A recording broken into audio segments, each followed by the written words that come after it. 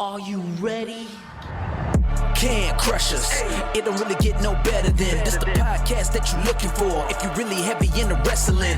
Hosted by the Mark. Energy that's so amazing. Gotta keep it entertaining. Rep the Can Crusher Nation. Yeah, you know what's going down in the ring. Lights out when you hit a ding ding. Knock 'em out like boom bada bing. Hold it down, you can crown me the king. Got a shout out to the Miz and Duke the Dumpster. We choke slamming everybody. Power driving, hit 'em with a face buster. Yeah, this the show you need and it ain't no need for waiting. Mark, hold it down for the Can Crusher Nation. All about wrestling and keep it entertaining. Can Crushers Wrestling Podcast. Time to break 'em, let's go. Yeah, Can Crushers. Yeah, Can Crushers. Let's go. Hi, this is the show pony Reese Ramon, and I absolutely love the Can Crushers podcast, and you can even listen to it on Spotify. Listen to that succulent voice on the other side. The Shockmaster's back. Oh man, I thought that was going to be a lot worse than what it actually was. That felt good. That felt right. It felt right to get out of these cockles. Finally, a hello. Yeah. I had a guy last week that didn't even know we do a hello every week. Yeah, he was just, he didn't even know. Didn't know about hello, didn't know about being a garbage can and not a garbage can not. The Don, man. Hey, you know what? He brought it. I'm glad he stepped in. Podcaster. He did his best.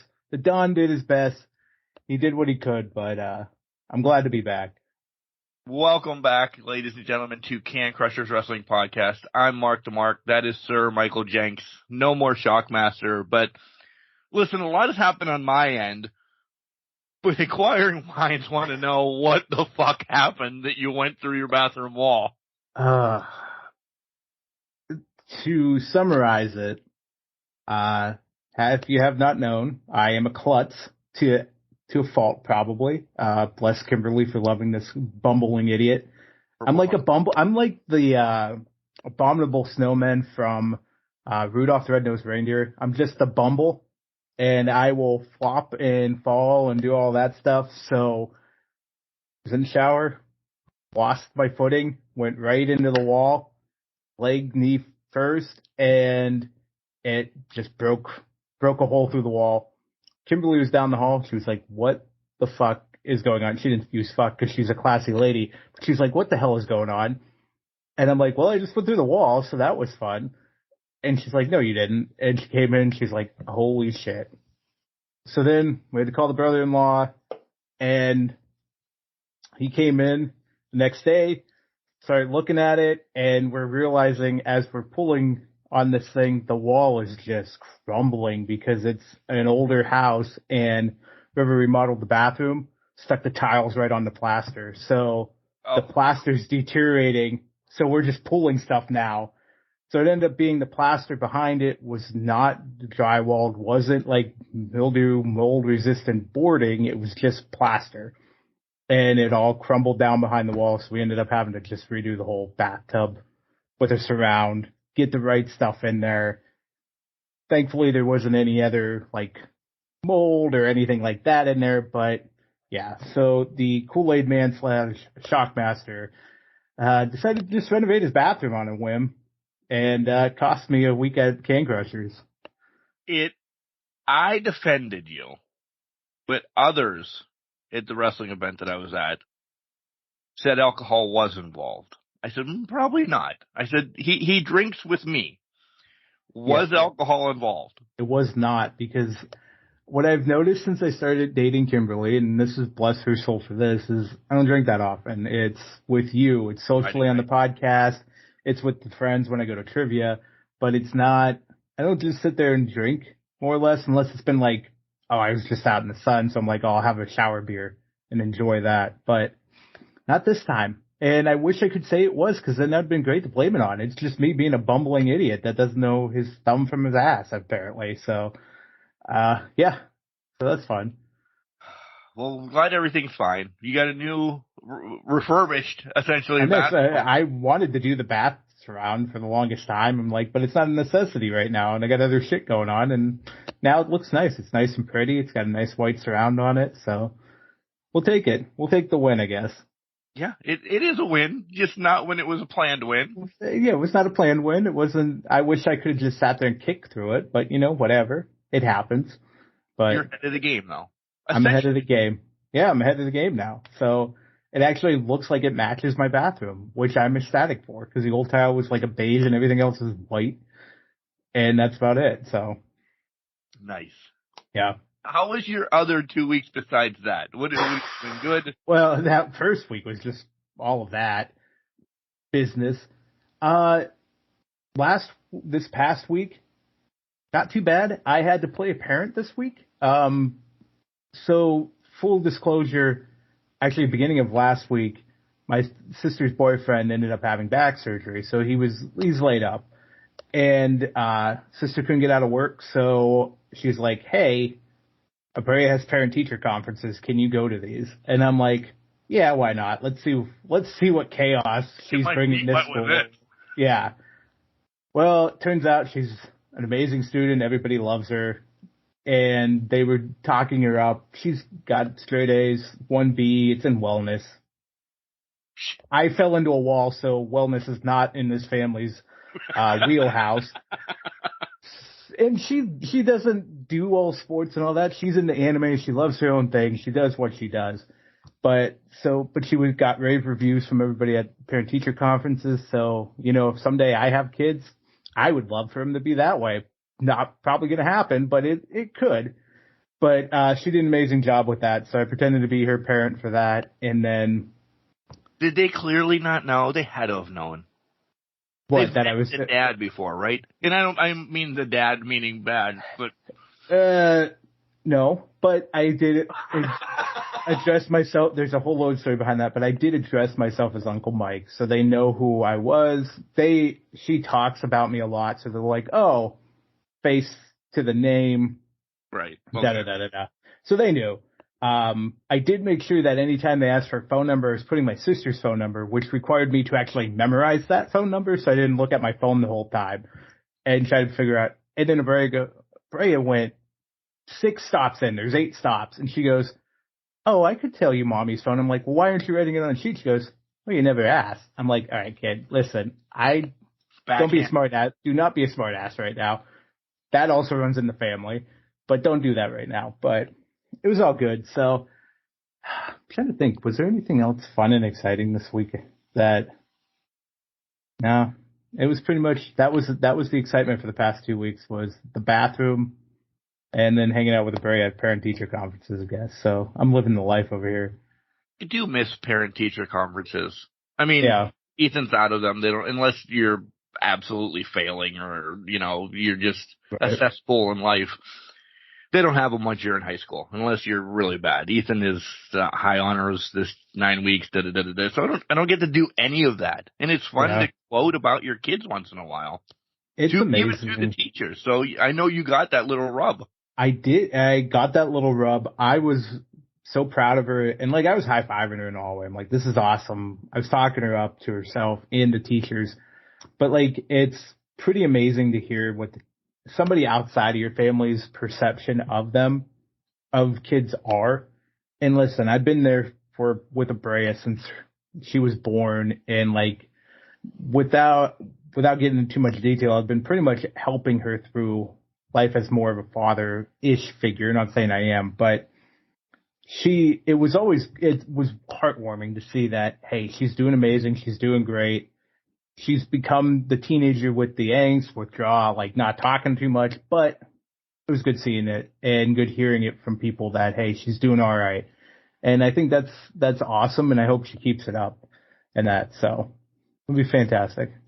Congratulations, Brea. Not that she's listening to us, but maybe she is. Who knows? I don't know. She loves it. Yeah, she's one of the. She is, and maybe when I tell love us. When I tell her I'm the Kool-Aid Man now, she'll probably subscribe. Who knows? We'll see what happens. Send us money. Buy the merch. Right. How was your 2 weeks? I mean, well, we know how your week was, so how was your last week? Because you were already here. Well, wrestling last Saturday, and it just ended. It was a late show, late get home. Sunday was rough. Slide that right into play practice, into Monday, 2 interviews to get them listen because into the pipe, into the play and everything. So getting stuff like that going. A little bit of overtime at work. Another football game, by the way. Hail Pitt. Picking up a big win. And I'm going to pause there. Everybody knows next week we'll be at WrestleCade. Yeah. So we'll figure something out as of right now. We'll figure something out. However, I didn't know how close Durham was to Winston-Salem. Oh, yeah. It's an hour and 17 minutes. So with my left foot, I could make it definitely within an hour. The time of said game between Duke and Pitt has not been established yet. Could possibly be the 8 o'clock game Saturday night because Duke has some stuff on the line. Louisville has the whole ACC's, listen, Florida State's got it, but they have to play, they have to play somebody. So there could be a fluctuation of when this game is scheduled, and it all depends on what happened Duke does today as you guys are listening. If it's a noon game, I could go, maybe save some money and not get a ton of autographs. Okay. Go to the Duke game. Tickets are $20 on Vivid. $20? Yeah. Damn. Good. Get to see Duke Stadium, which I'm all about that. Yeah. Game over by 3:30, 4 o'clock. The wrestling card starts at 5. Even if the game gets out of hand, or I'm like, all right, I definitely want to see the wrestling card, get my ass back to Winston-Salem, go to wrestling, and then go to my hotel, pass the hell out.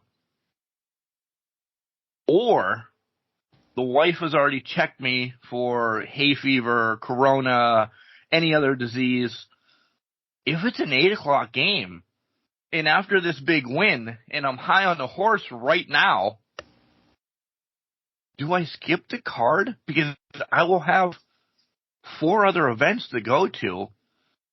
If I miss one, I get autographs out the ass, leave autographs early, go to Durham, again, still $20 fucking ticket, no matter when I buy it soon, and miss the card. I could rewatch it on Title Match. Yeah. That probably wouldn't bother me. Listen, personally, in all Pressure Nation, I got a lot of money wrapped up in WrestleCade. Yeah. But I don't know if I'm going to have that opportunity where I'm an hour away. And it's a new stadium. And to your point, it's in Duke. You could take a picture of the Duke basketball coliseum. I would clearly run into where the Blue Devils play basketball. If you could get in there, oh my God. Well, and to that point, I don't even know if they're home that weekend, but it should be open at least some capacity, so you could probably grab a picture. It's a possibility. Now, let me ask you this, though. What if it's a 3:30 game? Would you still do it?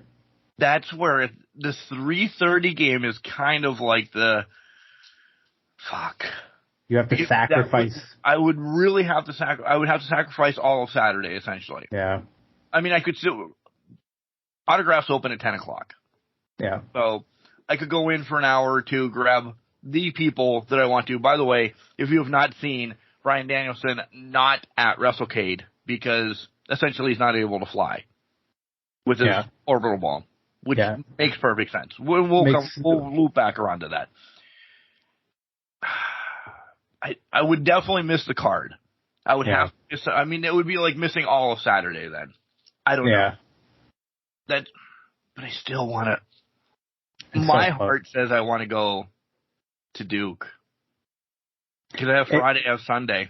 Well, let's put in perspective here. Are you just riding the high from the win at Boston College last night? I clearly am. Yeah, and you're still in the pit.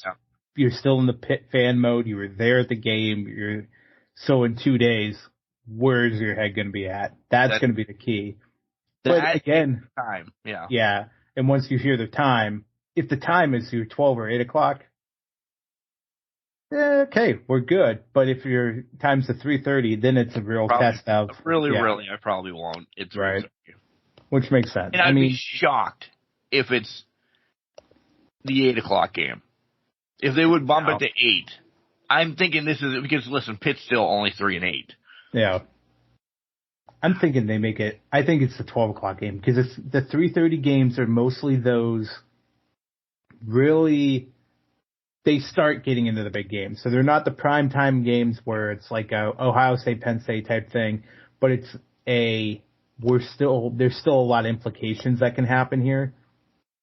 And then the 12:00 game outside of Ohio State, Michigan is the big new game. It's that. It's just your games to get you to the 3:30 window type thing. We'll see. We're going to have to see. Oh, man. Somebody was like, really? I'm like, just think, if I would go to I'm describing this, putting it over to myself and Kelly, I would save money by not getting as many autographs. She's like, oh. I said, it's $20 and clearly gas, but right. Gas.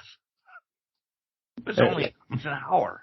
It's an hour. It's gas. If you get your gas mileage in the car you're taking. Oh, I'm not taking the Jeep. Yeah, I was going to say, you're going to be taking, Sonata. Yeah, it's definitely Sonata the whole time. Yeah. So, I don't know. That's my dilemma for that week.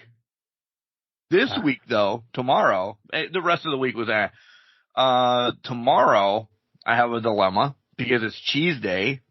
Oh, it is cheese day. That always turns out fun, but there's a pay-per-view. We'll talk about the third segment. Yeah.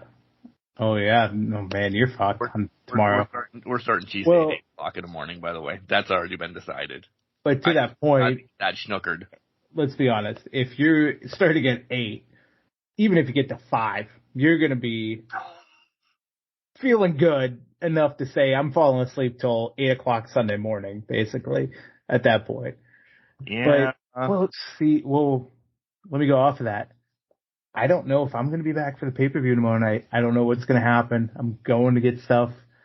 And, I'm going down to Meadville to see Kimberly, hang out a little bit. And I'm like, I don't know if I'm going to be back in time. We're not watching it down there because I'm going to come back. So it's like, am I going to watch it then, or am I going to sacrifice football on Sunday to watch the pay-per-view? I don't know how I'm going to work that yet. The one thing, I'll go into next week.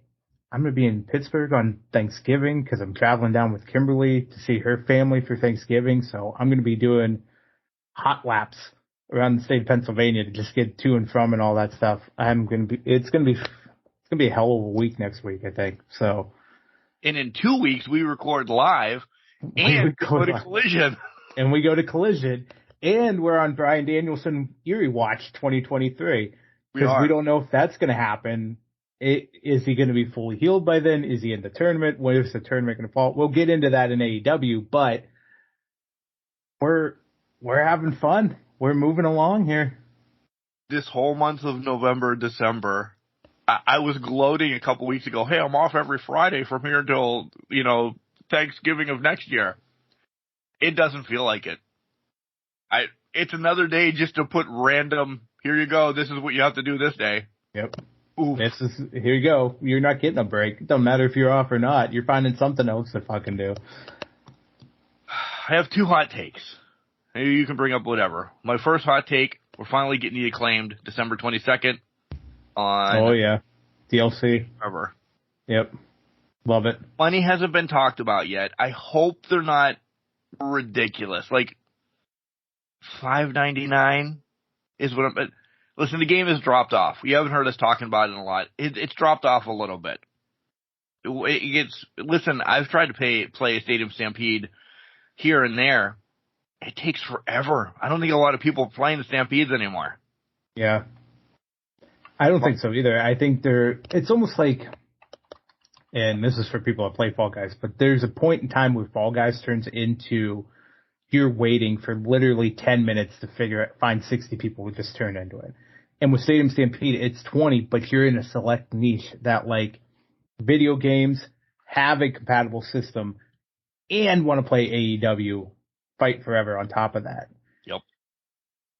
So it's kind of hard. And I pulled up the list of what the current DLCs are playing at.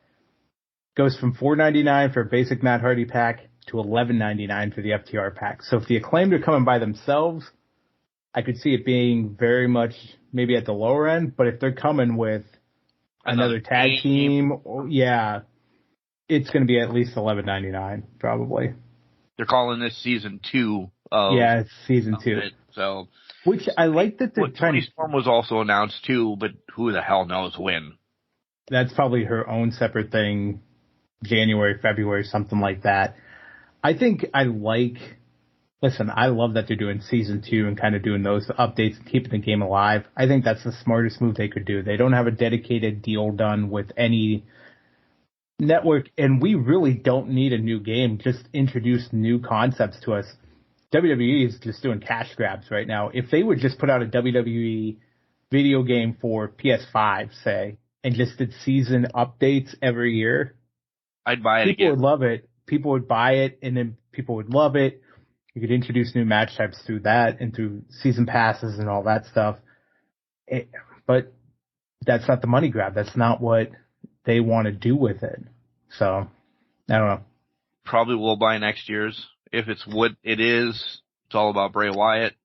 Yeah, I think everything. I'm in agreement with you. Like, I've made it known here. I'm planning on getting a PS5 at some point. So to me, if I wait until springtime, get the PS5, it kind of tie in with WWE. So I'll get WWE, get AEW. I'll have everything set up for my system. And then I just wait a couple months, play video games for a couple months until we get the NCAA season. Okay. And then Kimberly's going to wonder where I am and what I'm doing anymore. So what my life is. You don't know how many people are waiting for the NCAA game. Like, really, I bring it up all the time. Like, man, I can't wait to football. Oh, my God. Like, people that I didn't know played video games were like, this is going to be the game. This is going to be the game. What I'm going to say now, though, for a lot of people is I am tempering my expectations because this is the first game in 10 years. So it is going to be, it could be glitch-filled. It could have a lot of wackiness. Same studio that does Madden that still has a lot of glitchy Madden.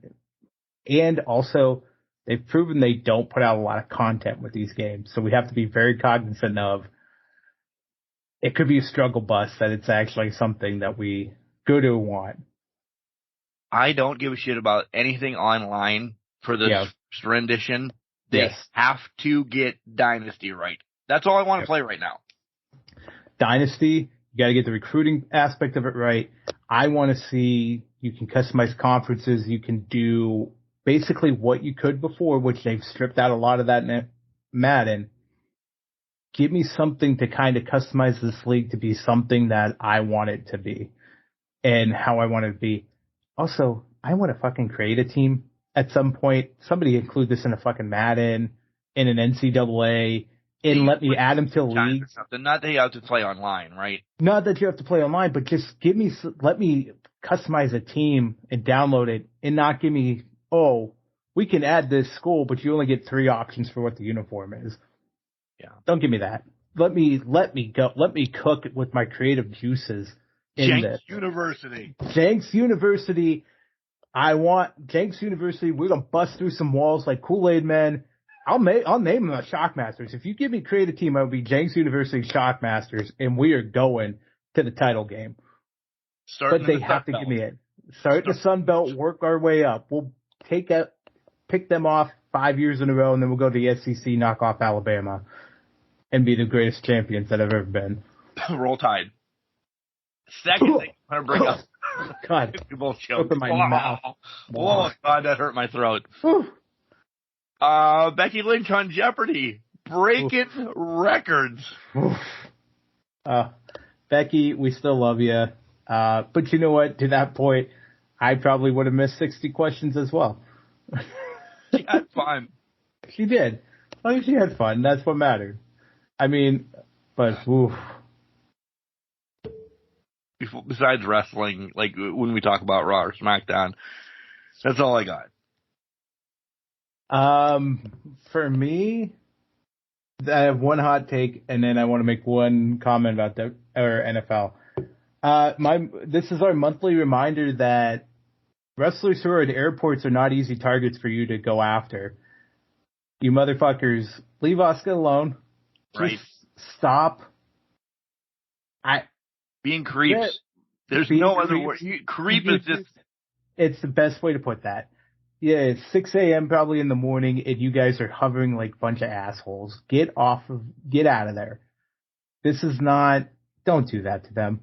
WrestleCade's the big show in New York. Anything that she does at those, yes, she understands that.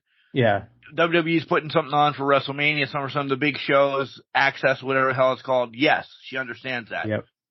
Can you please give them their fucking personal space? Exactly. That is not the time to ask for fucking autographs, to do any of that stuff. That's absolutely sickening.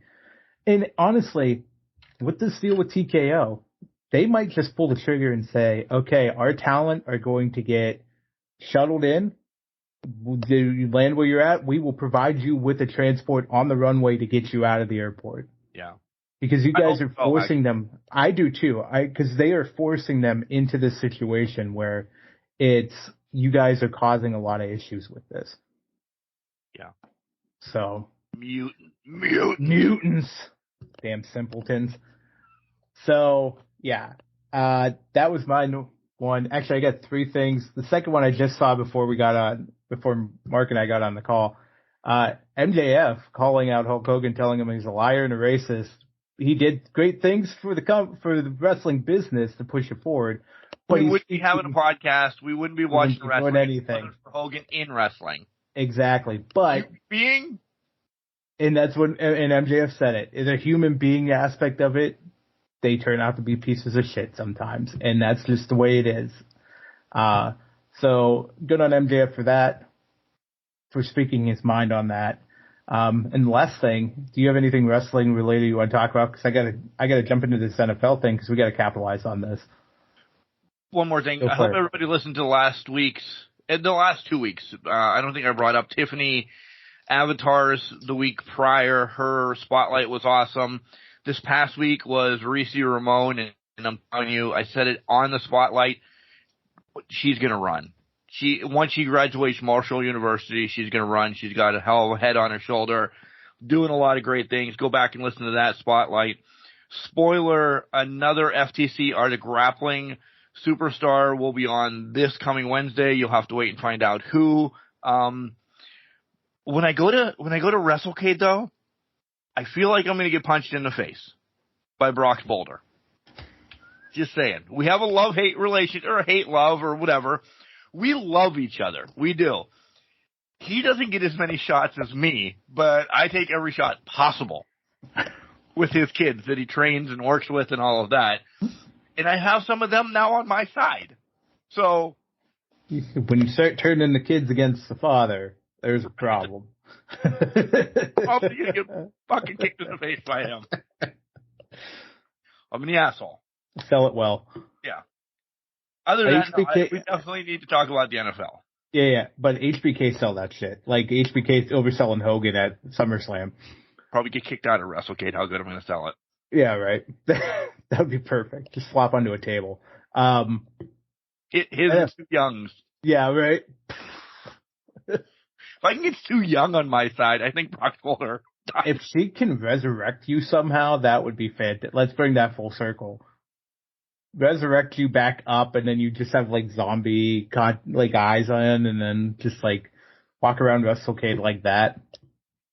Perfect. Let's get this storyline. How do we get Sue Young on here? Right. We'll make it happen.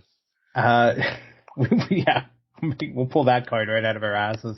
NFL wise, so should we crown the Steelers now or later? Since every quarterback seems to be falling in the AFC North. I know Lamar is still there, but good Lord Almighty. His is, I mean, not that Kenny Pickett isn't one hit away, but Lamar is more active than Kenny is. Yeah. Burrow shouldn't have even played last night. No. Because his wrist was apparently already broken beyond repair. Yeah. And now he's out for the season, but they didn't list him and all that shit. And then the Browns, obviously, with the greatest deal that they've ever made in their lives. How about that? That is probably going to be the biggest.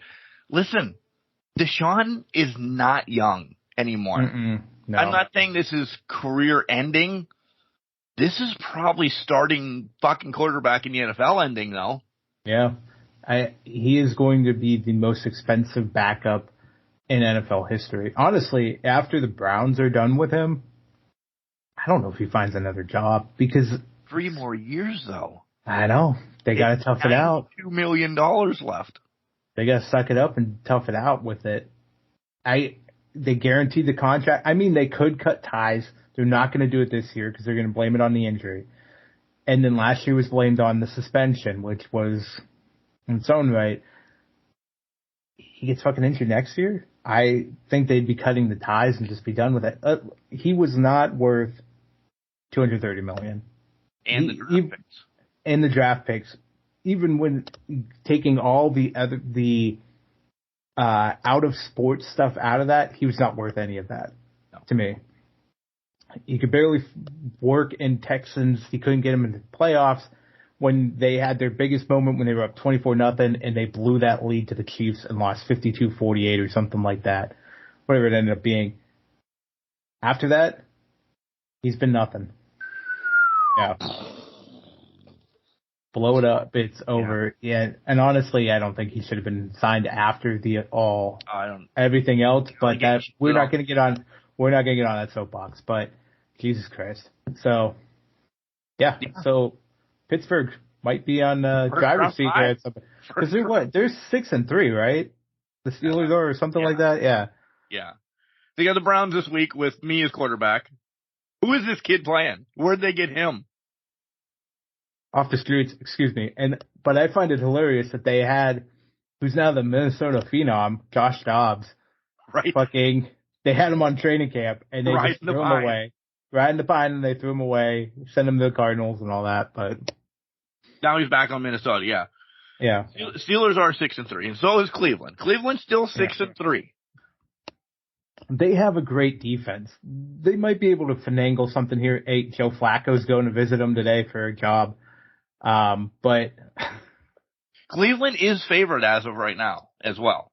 1.5. It's because it's at home and the Steelers offense only came alive last week. So they're not thinking they can do it 2 times in a row. I mean, to that point, if the Steelers play their defense like they did in the first game, they'd win. But if they don't, they'd only get 7 points against the Browns defense. So it's pretty, It depends on how you look at it. Yeah. But either way, it's a barn burner. Listen, yeah. You guys get for Tampa, Clancy comes back. So I'm pumped about that. Former Pitt alum. Yep. But 49ers, man, that's unless Baker's going to surprise us, it's probably not going to look good. We'll be 5-6, I think, after that's all said and done. So I don't have much faith in this game, but we'll see what happens. Are you wanting to? Baker's a 1-year thing, right? I know the deal's think not. So. Well, here's the thing. I would think so, but here's also the flip side of that. He's not doing that bad. He's not. We're not in a position to draft a good quarterback coming out of college. So you kind of sit back and say, he's getting the ball to the receivers. He's managing the game. Mike Evans is only 9-10 games in right now. Is 9 games in. He's already at 1,000 yards. So he has 10 straight seasons with 1,000 yards. Unless they are confident they can trade up, I think they stick with Baker one more season. I think you have to because they're the middle of the pack team. And Williams, May, the one from Washington. Yeah. If not essentially 1, 2, and 3 or 1 through 5. Yeah. I would be shocked. Oh, I completely agree. There's no way any of them are falling past that or falling out of the top 10. And Tampa's going to be probably, to your point, middle of the pack. We're going to be sitting there which is fine. But again, if they don't re-sign Mike Evans like they didn't do before the season, they're going to be 3-13 next, 3-14 next year. They're going to regress big time. But Mike Evans, essentially, he's catching the balls, he's getting what he needs to do, and they're moving forward with it. I got nothing else.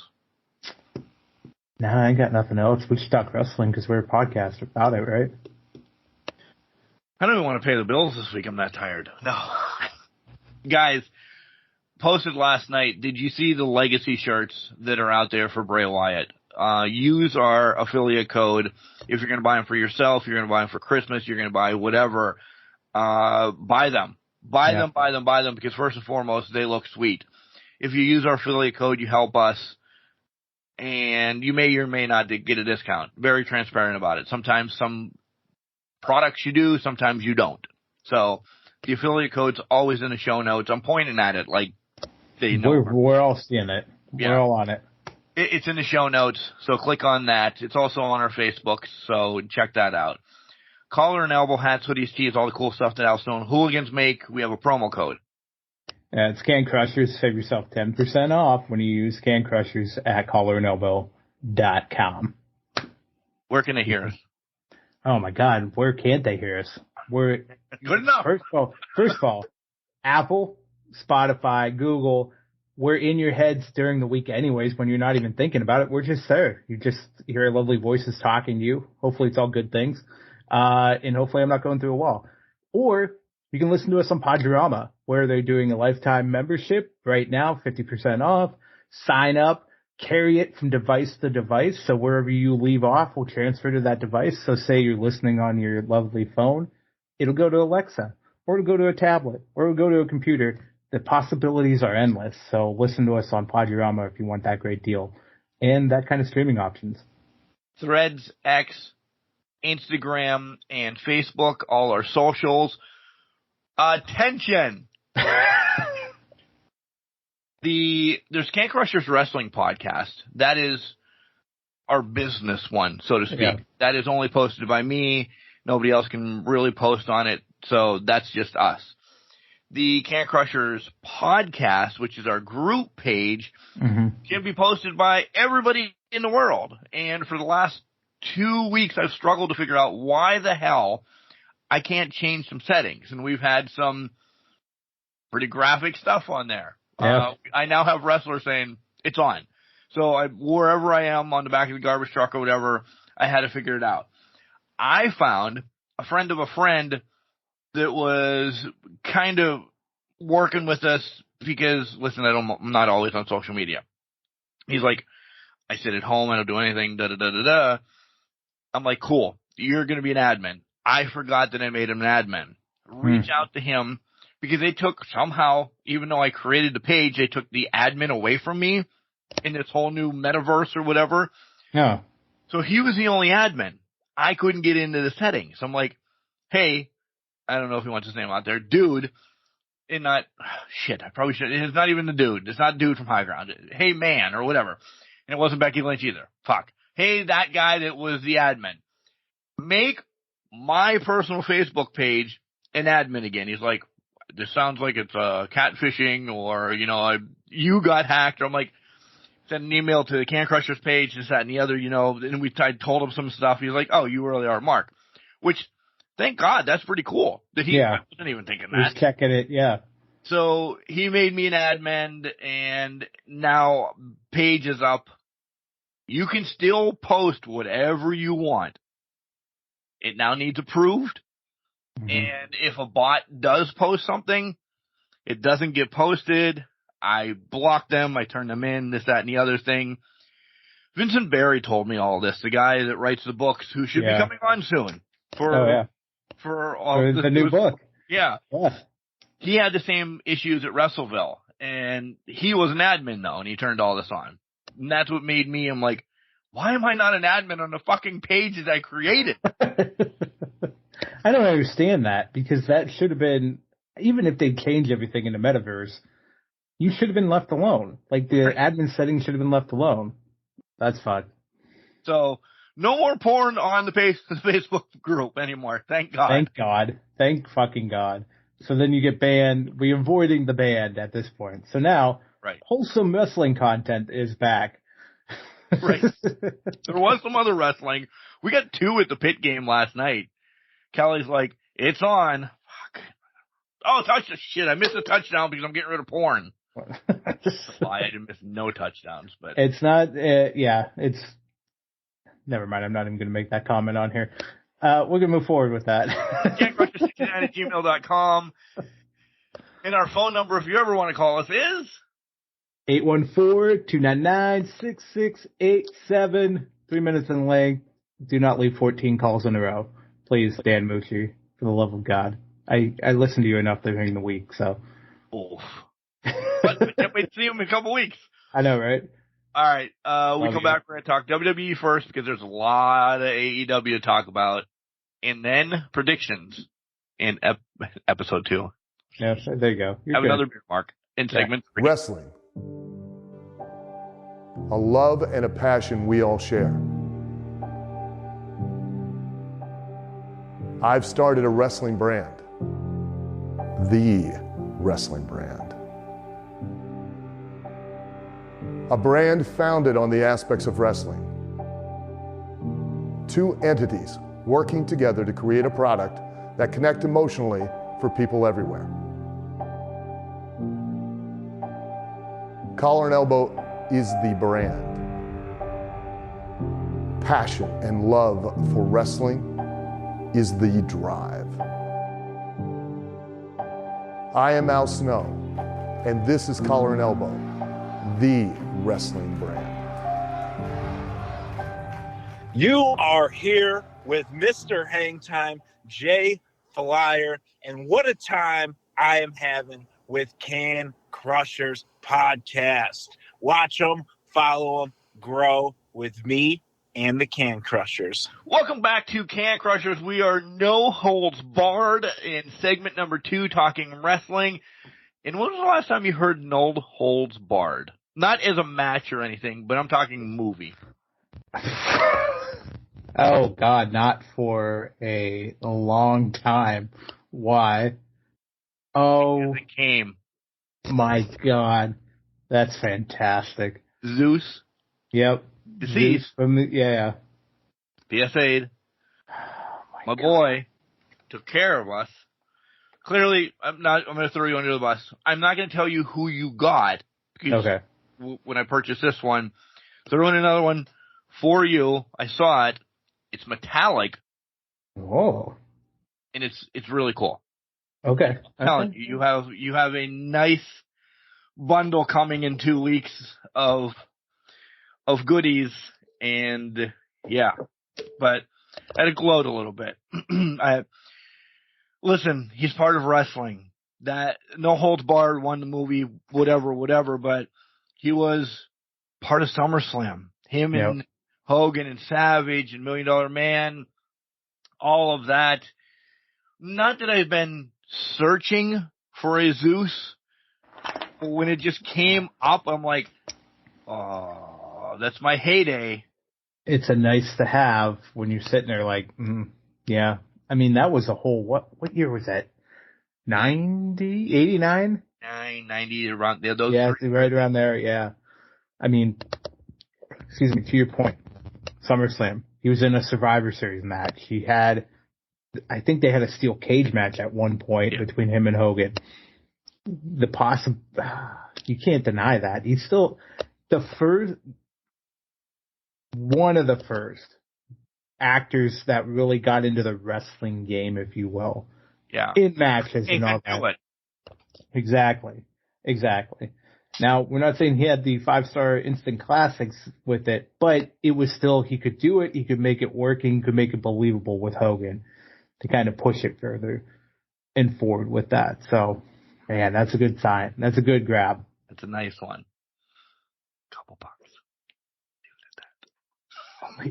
Only not as much as the best okay tickets at one time, but it was probably, But well worth it. If anything, this is going to be a I don't know. What the hell do you want to say? Hall of Fame of pitchers the day that I pass or Ethan's retiring. Maybe that's he's retiring. maybe we should do that as a spotlight episode or one that we do together. What is your Hall of Fame of pictures on that wall? Now that's what I'm saying. It's in the future, but we walk through like your Hall of Fame of the 5 or whatever you think it is of ones you're like. Did I really have? love that one. We can talk about the story around getting them or that you have or like with it. Because I think, listen, you talk to a lot of wrestlers who pick their minds about what they want. And everybody knows basically how you got into wrestling and how you love it and all that. But let's talk about this obtaining of this wall, the wall of pictures that if we were on YouTube, you guys would see it. It's 4 walls of pictures. What are the ones that you love? The ones that have the story behind it? I think that would be a great podcast to talk about. An episode. That would be, and if we drink during it, probably more would come out. But I agree. Yeah. Well, that's why we're drinking during it. Right. That would be like if we were going to record 2 in a row. This would be the second one because probably more of the graphic. There's a couple stories with some of these that probably won't be out ever. Yeah. I'm not saying like we did cocaine off of a stripper's whatever or anything like that. Yeah, it wasn't like an NWA show, but you had it more classy than that. Well, let's transition over to wrestling for the week now. Yeah, let's do it. I loved everything about, not everything, but I loved SmackDown last week. I really did. SmackDown was really good. I think they obviously set up a lot, but they also pushed things in the right direction for once. I think there's a lot of in between with a lot of these things, but now it feels like we're getting steam. We're starting to chug along. And dare I say, they're starting to turn into what could be WrestleMania season coming up here with everything that they're dropping. Very early. Very early, and I'm very excited about that. And I love K&A. I love Kevin Owens. My God. Number 2 already got me going. You go. I love Kevin Owens on the mic with taking over for Graves. By the way, we didn't. Did we say congratulations to Corey and Carmella? If not, it worked late or whatever. But yeah, congratulations. Healthy baby. Healthy baby. They're living their best lives now, so congratulations to both of you. Carmella, get back in the ring now. I'm kidding. I miss her. I really do. WrestleMania, after WrestleMania, I could see she could be ready by then. But I'm loving everything about the LWO angle.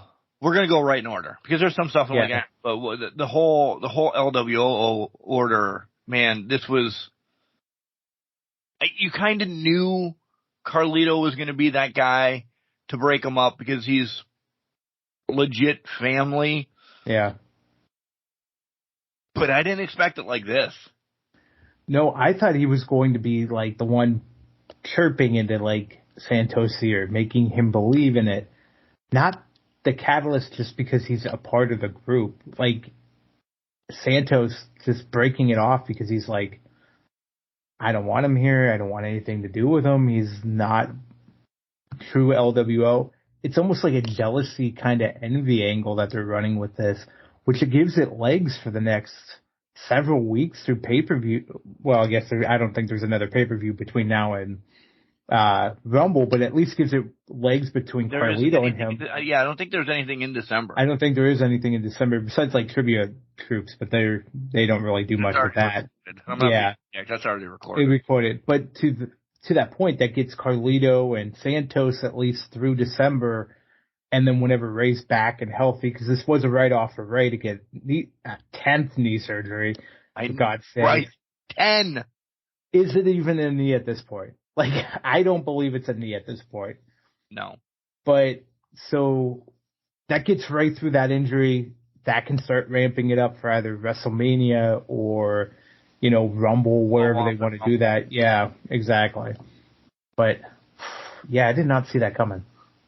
Continuing too, and I like it, because I would have predicted that this WrestleMania we were going to get Ray and Dom. I thought so too. No way. No way now. I mean, we say that and we'll be excited in April when we're talking about it. But the story's always there for those two. They can just slide right into a few. There's way too much other going on. In Dom's situation, more so than Ray's. Well, agree. I mean, they've done enough to build Dom's other storylines to go with. And I think for Ray, this now puts him in the unique situation of maybe he does retire, but he turns the mantle over to Santos because Santos needs it more. Yep. Like, Dom got what he needed out of the Ray feud last year just by getting hated every week, in and out, whether they pipe in sounds or not. But Santos now, we've been talking about this ever since he's been up to the main roster. He just feels like this secondary, not really standout figure. Well, shit, now this could catapult him if he was to retire Rey Mysterio into another echelon. Because Ray can't have too many matches left on a 10th knee surgery. The other part of Legado del Fantasma, Joaquin Wilde and the other guy, sorry, I never remember his name. I can't either. Joaquin Wilde, just because he's the local boy of DJZ. So, it's almost like now the LWO has to blow up. With Ray on the shelf for a little bit, they didn't really do anything. Let's call them Phantasma for right now, so you know that we're talking about those two. In Vega kind of stayed with Carlito and Ray, so it's completely just Santos going out on his own. Blow it all up then. I mean, you have to blow it all as soon as this feud between Santos and Carlito's done. The LWO should be stripped away then too, I think. And I think it's already done. You don't think there's going to be at least between Phantasma and Vega keeping the LWO alive a little bit? I guess, but my thought is, I think tonight, while we're recording, you guys will know tomorrow when you listen to this, I think on SmackDown you have to just have Santos come out and be like, LWO's done. I'm out. I'm done. I'm out. And just cut it out. I get where you're coming at with, hey, you're going to proceed forward, or you're going to be pushing it forward enough to make it stay together. I think it doesn't need to be. I think they just cut ties, cut and lost it, and then it's Carlito and Vega going off just because of association right now, doing their own thing. They're going to have the feud with Santos and that, and then it's just what it is. I mean, I just don't think they need to do the LWO banner or keep it going any longer than what it was last week. No, and then you get another... Listen, because Joaquin Wilde and the other guy, Phantasma, haven't been a tag team. Yeah. They've been a threesome. Yep. You get a legit tag team now on your roster. Yep, exactly. Which is going to be key going forward, where I think they start moving away from the undisputed titles. You're going to have the tag titles separated. You need to start picking out these teams who is going to be the best team around. Get Phantasma going on the teams. Get Santos into the U.S. title picture again. Picture perfect. And it could be. Everybody can banter or yell at me. Carlito's the legend of all of this right now. He's not. Oh, yeah. Him and Santos may sniff the U.S. championship feud after one of them get it or whatever, but I don't see him with a title for a long period of time. He's never jumping back up to the main event part or anything like that. How long is he here as well? Exactly. I don't think he gets the title at all. I think, you look at it, maybe Santos is the one to take it off of Logan Paul. They'll do a whole thing with Ray and Santos at Mania for it. And that's where your stepping stone is to get him to that next step. I don't know. But to your point, Carlito's is not in that picture whatsoever. I love Bailey. You love Bailey. We've always loved Bailey. I do love my dog. Yeah. Yeah, both Baileys. I'm glad she stopped the what's right off the bat. You can tell she was right off the bat just burying them with the what. And I'm like, thank you. Thank you. And this was just kind of the precursor to the end, essentially. And we'll jump to the end because... Yeah, let's go. Oh, you had the turn at the beginning, and I'm like, okay, 2 turns essentially in one night doesn't happen on paid TV. No, not at all.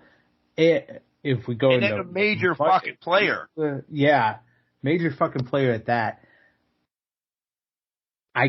When I watched this, I couldn't believe Asuka turned, and then now we have Asuka, Kairi, and Io same page.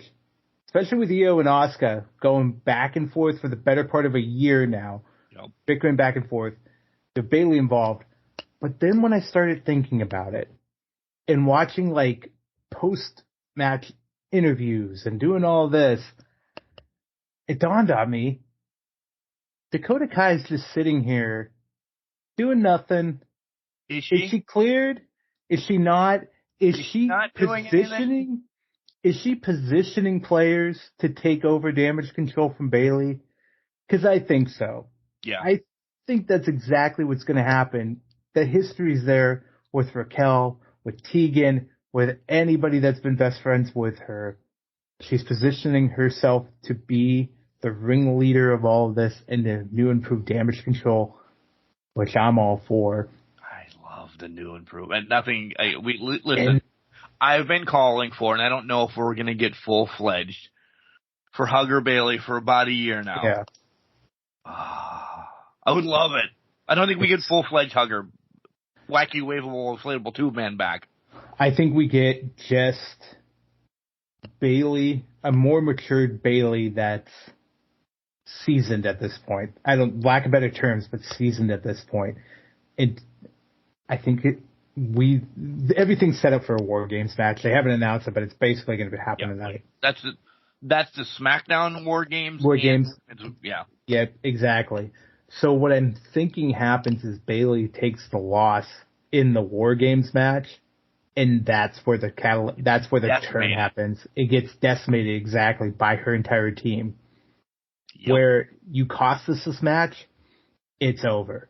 And they just work her over, like in the cage. Like, they're not leaving the cage. She's just getting worked over in the cage at that point. Yeah, with the other 5 just dead in the ring. Just, all right, we won the match. Well, I mean, we lost the match. They all get up and are like just beating on, and maybe whoever, it's going to be Shotzi, Flair, Bianca. I don't know who the other 2 are. Yeah, I was trying to figure out who the fuck they would add as a 4th woman. It would have to be a bigger name, right? If they're going to, I'm not saying if they're going to win it, but if they're going to win it, yeah. I don't know. I'm going to stir the pot. Give me another woman on SmackDown. Because these 8 that we've just named are the players. On SmackDown, yeah. 100% they're the players on SmackDown. That's the only thing that I'm like, oh shit. Do they rent from Raw? Do they get... Does turn happen prior? And Bayley goes with Flair, Bianca, and Shotzi. It could, but Dakota has to be cleared for it. Is she? I mean... Yeah, is she playing a game right now? Well, we're essentially 8 days away now. It's not even 2 weeks, it's 8 days. So maybe she is kind of cleared. Maybe we see it tonight. Which is why I have it as one of my screens going on over here right now and I'm watching, waiting for it to eagerly get to 8 o'clock while we're recording to watch this. But by the way, lots of wrestling as we're recording tonight. Oh my God, there's Collision, there's SmackDown first head-to-head of the main event roster. YEAHHHH, Rampage later on. But anyways, we digress. We digress. Yeah, we digress. But to that point, that's a very good point, Mark. They could make the switch today to put Bayley on the team for next week. To me, I don't know, maybe you just go get the man or something, or get somebody from, I don't know where you get any talent from. Because Shotzi is not on the level of the women in this match right now, and there's nothing against Shotzi, but she's just not there yet, or hasn't been planned to be there yet. So really, she's only in there to be a wild card type esque role. They're loose cannon. They're loose cannon, exactly. Which, bring that fucking tank and shoot down the cage. I would pay money for that.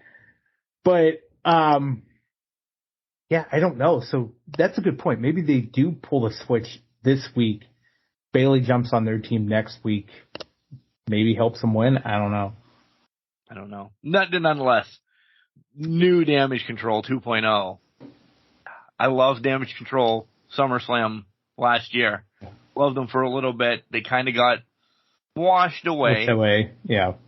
Oh, man. But let's stir the pot. Or the 3 going to take out the 2? I really think Dakota's behind this. I really do. I 100% think Dakota's behind this.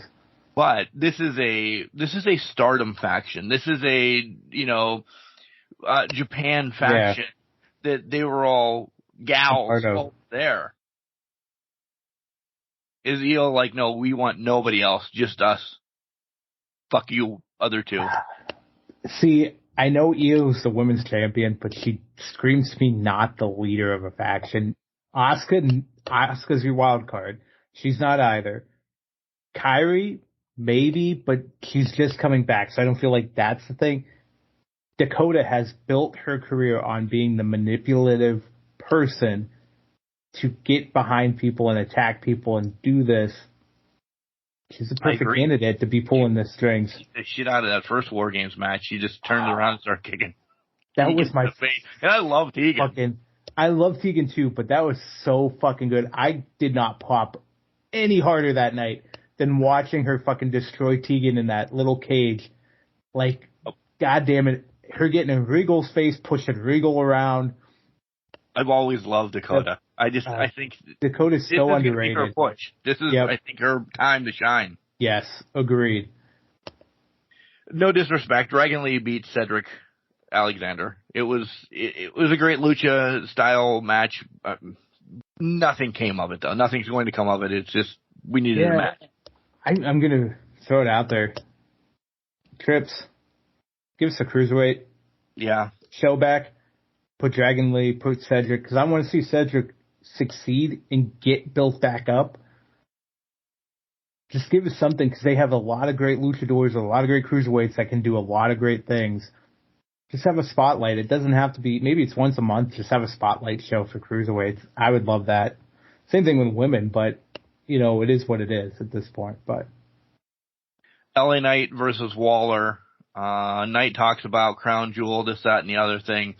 You said maybe Santos is the one that takes it off of, what the hell is his name? Logan? Logan. No. I said LA yes. Knight. This is LA Knight Logan Paul set up. Yeah. For Rumble or something. You're accurate on that, because he's definitely he's talking the talk and he's going to walk the walk with Logan Paul, and it's going to be back and forth. Yeah. By the way, that's going to be a great December of those two just shitting on each other. 100%. That makes the time pass, because they're just going to be going back and forth and bickering with each other. So, yeah. Although after this match, I was a little disappointed. KO was taken off commentary because he couldn't keep his hands to himself. He was provoked, but he couldn't keep he was provoked, but. And suspended now. Mm-hmm. And suspended. And he got Aldis' tie wet. But he didn't get Aldis' tie wet. Waller did, but. Yeah. Transition, again, great SmackDown. Transition to Raw. Same old. We get what we get with Raw. Thank fucking God War Games is going to be the end all of Cody and more to come out of Cody and Jay probably or whatever. I'm really sick of this. This has been months, way too much months of build up for this. Should have been like beginning of October through now. It'd be kind of getting sick, but kind of not. Because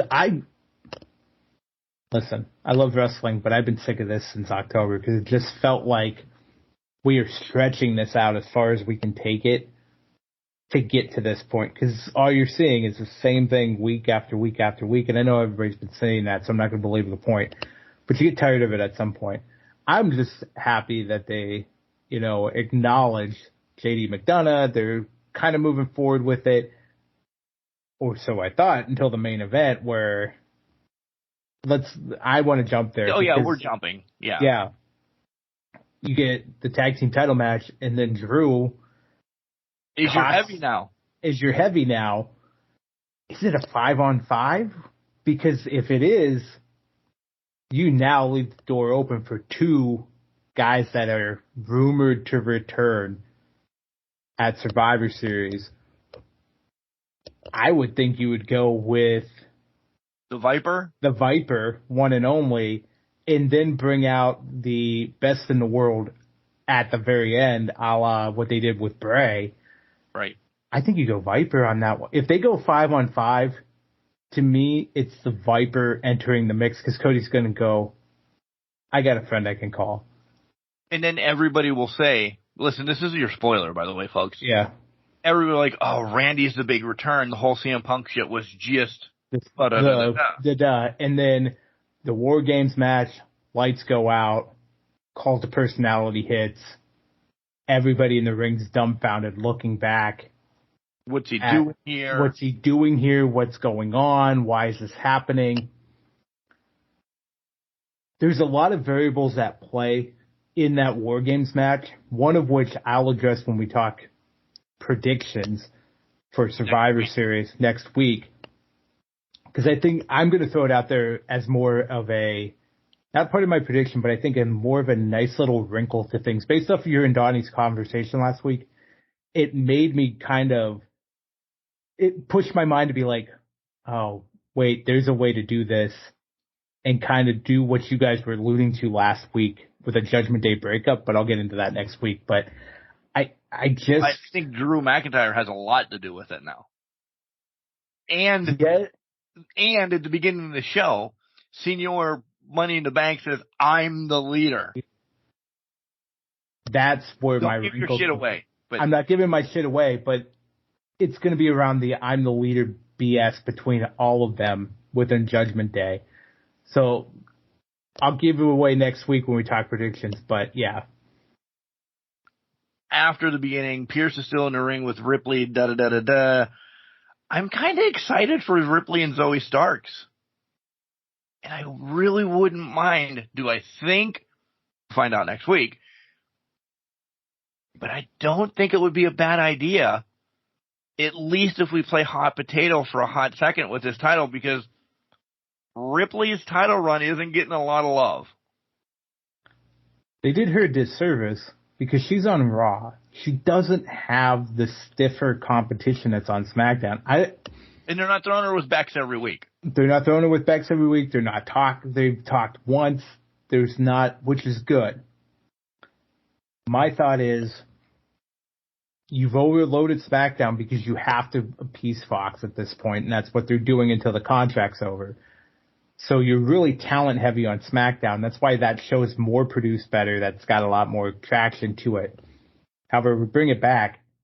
Think of how good this run had been if she was facing even Bayley once in a while, or even Asuka, or Jesus Christ, Io at one point. That the reign would be so much better. But unfortunately for her, and Natalya is past her prime. It's not a good matchup with Rhea. Maxine, no. But yeah. Yeah.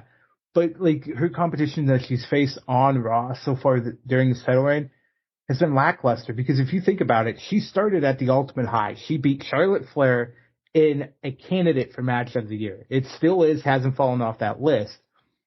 But now it's gone downhill because you're not facing that upper talented resume, and not a lot of people give a shit right now about some of this. Zoe Starks might be the one that people truly give a shit about. And hell, they gave a hell of an effort at that 5-woman match at Crown Jewel. One of my favorite matches of that night. But Zoe Starks is the up-and-comer. We know she's not going to win, but hopefully it'll just be a damn good match to kind of carry it past what it needs to be for Survivor Series and that.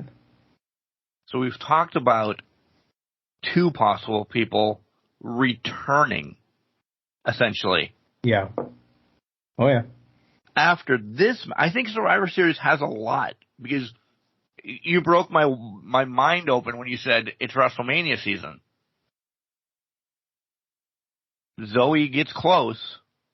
We're all popping for Zoe. Does Jade walk out Survivor Series?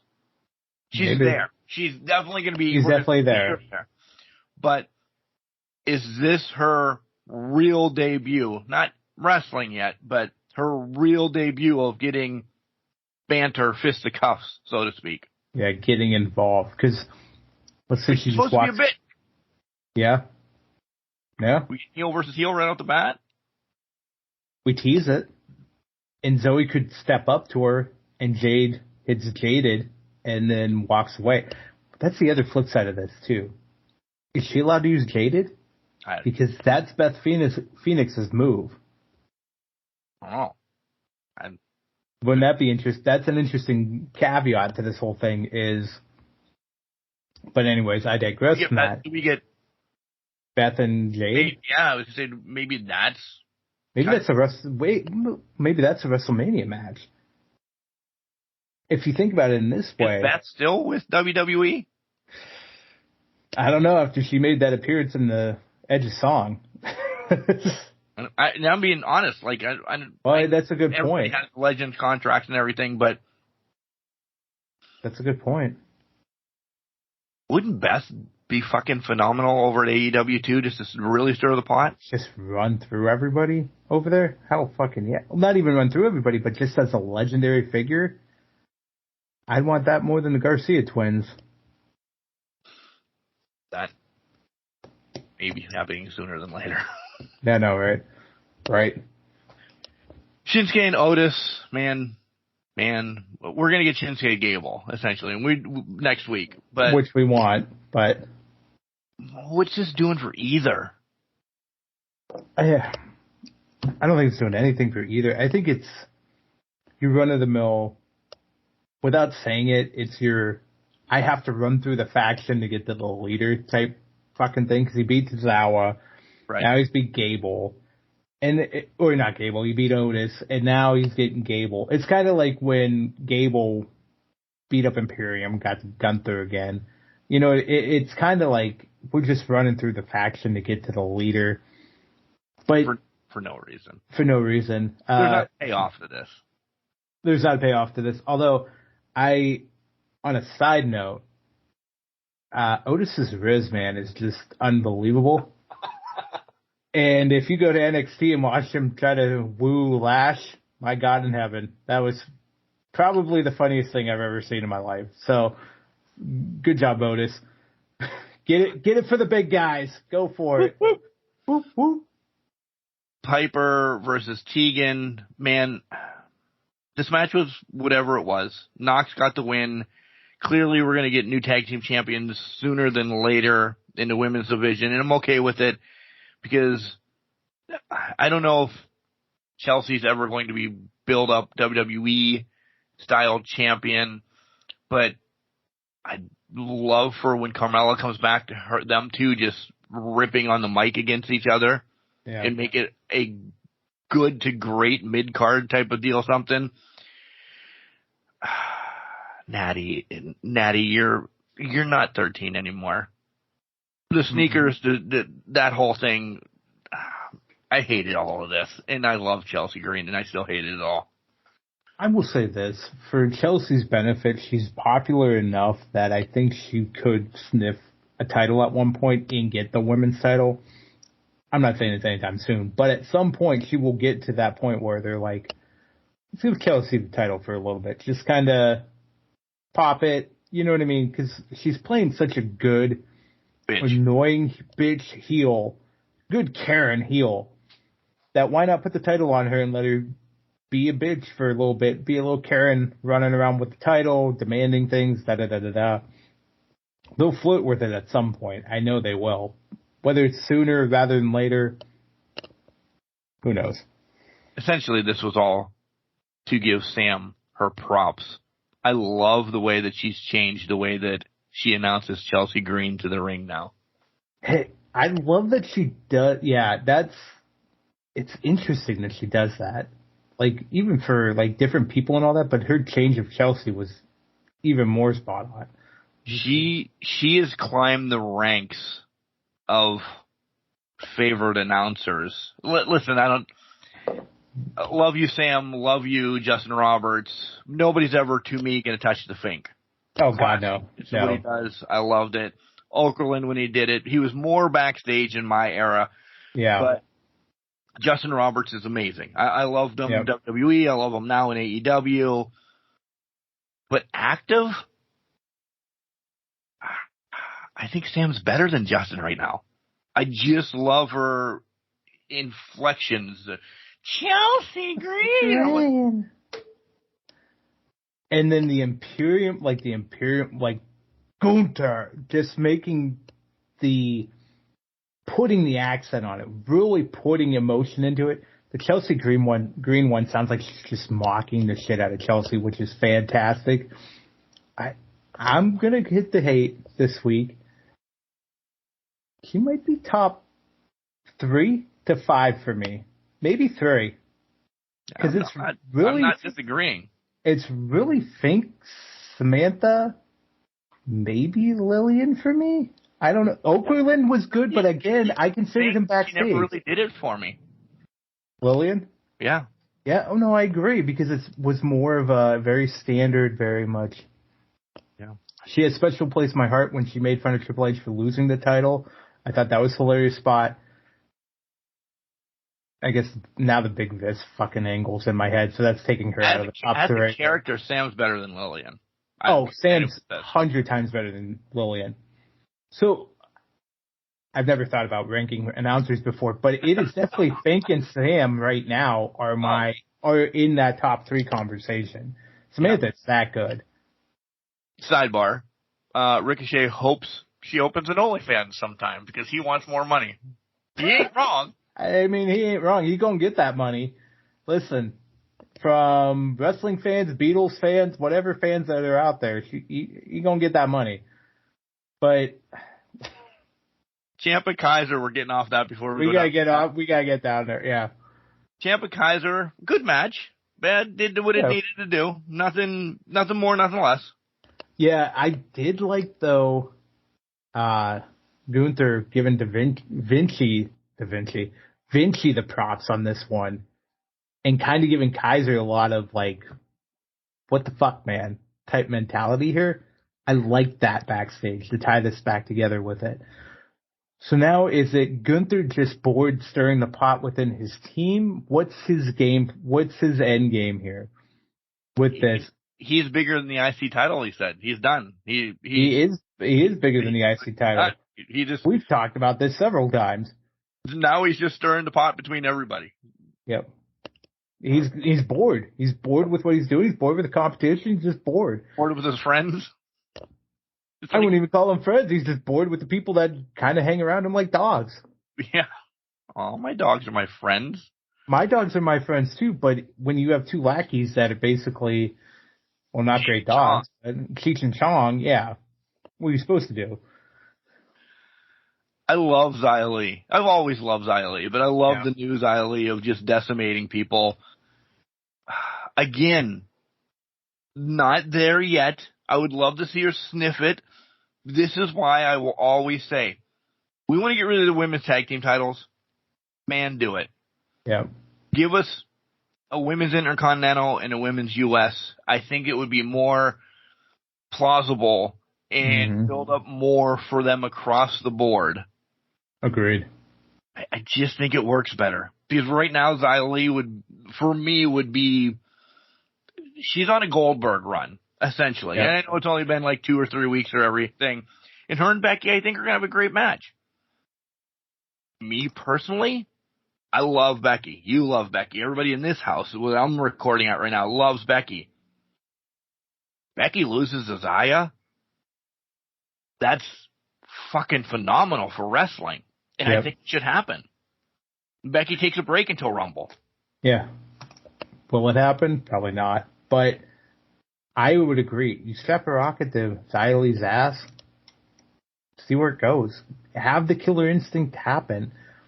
I mean, you don't have that now within your women's division of just a straight up killer. You know what I mean? Asuka used to be that, but now she's more the wild card Kana type deal. Kairi is just, lack of better terms, emo Kairi at this point. She's very somber, very much like, okay, I'm doing what I need to do. There's nobody that's really that killer. Xia Li comes in as your assassin. That's what you need. You need that person that's mysterious, that can just execute perfectly. Putting Becky Lynch is a loss for Becky Lynch on her mantle, saying, I won. That gives you a lot of credibility. And it doesn't hurt Becky. Oh, it doesn't hurt Becky whatsoever. Becky's already. Yeah, right. Yeah. Go 0 for 60 on questions. You're going to hurt yourself there. I was answering some. I know. They weren't. Some were hard. But most were easy, so I mean. She sucks at the buzzer. She said that herself. She sucks at the buzzer. Because she was just clicking her fingers and getting them all. Oh, yeah. Miz and Ibar turned up to be Bronson Reed. Listen, essentially, yes, I love Bronson Reed. At this point, give it to Miz or Bronson Reed, this IC championship. I think they're going to give it to Miz. They might give it to Miz. I think this week I'm leaning towards they might give it to Miz at Survivor Series. Not saying that's going to be my prediction next week, but I think we got another Monday. We got to figure this out. But when I look at this, I'm like, well, I think you brought this up a couple weeks ago. Who else are they going to give it to? They've already beaten Bronson Reed. Right. Miz is the experienced 8-9-time champ. He had it for a day. He wins at Survivor Series and Bronson Reed fucking kills him the next on night. Monday Night Raw. Cool. There's your transition. That's what Miz is used for. It doesn't hurt anybody in the picture. Maybe Bronson gets involved in the match behind the ref's back or something, and we get a little Gunther Bronson before we get to Gunther running the Rumble again. Yeah. And I don't mean he's going to be in it 95 minutes again, but winning it could be a strong possibility. Yeah, I think he goes, if he's in it, he's going 30 or like 27 or some shit like that. I'm not going to get on that diatribe about number 27 again. No. I already did that last year. We're not at Rumble season yet. We'll do it again Rumble season. We're doing it Rumble season. But Raw overall, copy and paste a few good things that we liked, but the meat and potatoes of the show, Judgment Day against Cody, Sammy, I'm excited in 8 days, and hopefully it's over. I am too. I would agree. I do hope there's some twists and turns with it to kind of liven things up a bit, but we're going to have to see what happens in 8 days to kind of get us to that point. But hopefully that's over with. I will say this for WWE. I'm happy they're not doing SmackDown versus Raw, and I'm really happy they're doing title matches in between the War Games matches. So Gunther defending the Intercontinental title against Miz. You have the women's title being defended. I'm hoping SmackDown contributes a title at this point, whether that's the U.S. title or it's not going to be a SmackDown women's title. So hopefully the U.S. title gets defended at Survivor Series. So we kind of have a 3-match buffer in between what it is. Because think about it right now, as it sits, if we include the women's War Game match, which hasn't been announced yet, as of this recording, could be tonight, there's only one SmackDown match, and that's the women's tag team title match, or the women's War Game match. So they need to have one more SmackDown match. I don't think any member of the bloodline's there. No, not whatsoever. Especially if there's 2 returns. Yeah. One I would probably, don't hold me to this, but I would bet a check on. That he's Randy. back. Yeah, Randy's back. The other one, shot in the dark. Maybe, by the way, I'll remember it. Go ahead. Forgot to talk about this in my favorite things of the week. I had nothing else. I was just saying the one is a shot in the dark. Oh, yeah, shot in the dark. Yeah. Have you had freeze-dried candy yet? I saw you guys talk about. I heard you guys talk about this. Yes, my sister buys it a lot. I think I've had Skittles and a couple other things. They were really good. The Skittles were really good. Unbelievable. Listen, I stop at this little shop every time. It's like it's not a halfway point, but they have first and foremost slabs of beef jerky. Okay, like slabs. Wait, that's not freeze dried, right? No, that's normal. Oh, beef. that's normal beef. Okay, Yeah. I just want to make sure. But first of all, I'm gonna need the name of the shop at some point. I know it's not anywhere near me, but No, it's right past Red Bank. oh, Yeah, where the fuck is Red Bank, right? It's off 28. New Bethlehem, actually, is what it is. So you get slabs of beef jerky. They have 5 different flavors. It's a crapshoot what's there. But Yeah. I like the sweet and spicy or like the black and peppered. yeah. So I buy 3 all the time. 2 I house before I get the fuck out of the parking lot. And this is usually when I'm doing pit games. 1 I save for the ride home, so I have something, because they're marbled. Sometimes you get a big hunk of fat in it, which is, for me, great, because I love chewing on, that crispy, fat. like that. Because sometimes that adds a nice little. Yeah. Yeah. Saliva spit, Yeah. Unbelievable. But the game that Cal and I went to, we wanted candy or something as well, and I've never had anything freeze-dried. So again, my favorite candy, lemon heads. I'm like, yeah, I'll try them. Unbelievable. It makes them sour, it makes them crunchy. It's fucking phenomenal. Found freeze-dried candy here in town then. And it was like the peach rings. I didn't like them as much. Yeah. I really didn't. We had the Skittles. We had Nerd Ropes. Nerd ropes? Yeah. Oh, I haven't heard about those. They freeze-dried Nerd. You know what a Nerd Rope is, right? Yeah, I know what a nerd rope is, but I've never heard of freeze dried. Freeze-dried Nerd Rope. Got 2 fat guys talking candy now. Yeah, we're going now. Ethan bought Wild Berry Skittles last night to the game, 2 nights ago, as you guys are listening. I took a pop of some of those, and I'm like, listen, usually it's an energy drink and 3 slabs of beef jerky. I can get out of there for like $10. Yeah. Ethan did everything I did, minus the energy drink. Still won't let him do those. 17, no, they're not good for you. I don't want my son having a heart attack. So we got a nice tea or something, like a great child. $50 because the freeze-dried stuff is like $11.99 for a big old bag of it. Yeah. I bought lemon heads. He bought wild berry. We both got 3 things of beef jerky. We both got a drink. We're not even at the stadium yet. Oh my God. Yeah. You want to talk AEW? By the way. Yeah, we will. Hey, can I tell you something real quick? At Trivia, I'm trying to look up the brand name for this. They have a beer there. This ties back to the candy thing. They have a beer there that is a sour peach ring beer. It doesn't taste sour. It tastes like the peach ring candy. So you pop it, like, you know how you get that. It's not overly sweet, but it has a little bit of it's not too much, but it's peach ring. It tastes exactly like a peach ring. So it's deadly. It's deadly. Like, it's not too sour. It's a perfect combination. I can't find it online, but I can't remember what the percentage is. So maybe we just need to do dinner at Plymouth and you can try it when you're up here, because they'll probably have it at that point. I love the Plymouth anyway. Yeah, you do. So it'll be fantastic. So I just wanted to give you that heads up.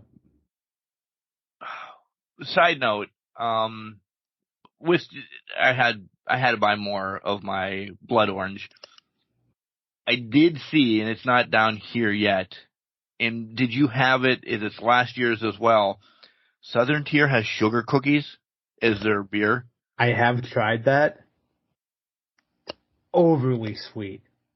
But if you love sugar cookies, I think you love this. It kind of tastes like a sugar cookie. Like the layer of frosting, the cookie itself. I miss the places that you go make your own 6-pack. We don't have it. Everybody's not doing that. Oh, we have a plethora up here. If I got to take you when you come up, I'm going to be leaving with. Leave with what you need to get, because we'll get you where you need to go. At Jenks' house than you did at WrestleCade. Yeah. If you need to, I'll sign one of your beers just to make it worth it. But do we know? Oh, we should do a March 6-pack, but all of those that are coming to wrestling up here in Erie, because there's 7 of us, we each buy one, or we tell you pick this one, sign off on it, give you a 6-pack of just beers that we give out. I don't know if I can get everybody on that same train, but it'll be funny to see. It would be funny. It's fucking great. Collision, AEW time. Collision was slow. Let me tell you. Yeah. I watched Collision today as of recording. I don't remember it. And I watched it just hours ago. I have to look at notes. Like, I know what happened, so to speak, but I wanted Andrade and Garcia to be so much better. I agree. I was disappointed by that match. I'm like, when I watched it, and I sat down and watched it, I think, Wednesday night, it was right before AEW Dynamite. Like, why is this not, like, catching my attention? Like, I'm watching it, but it's not, which is surprising, because Andrade himself seems to gel with anybody. And so does Danny Garcia, and I'm wondering if it's because they're forcing the CJ gimmick into it. If that was removed, does this gel better? Does this go better together? And listen, we get Miro Andrade out of this, which we want. We absolutely want, and I'm hoping we get it as soon as today for you guys listening to the recording, but we're not going to get it. But at the same time, it's like, let's just get past this whole CJ mess. I think it's a deterrent to everything that's going on right now. I really do. This isn't going to be a win-win for AEW bringing her over. That it was a win-win for WWE.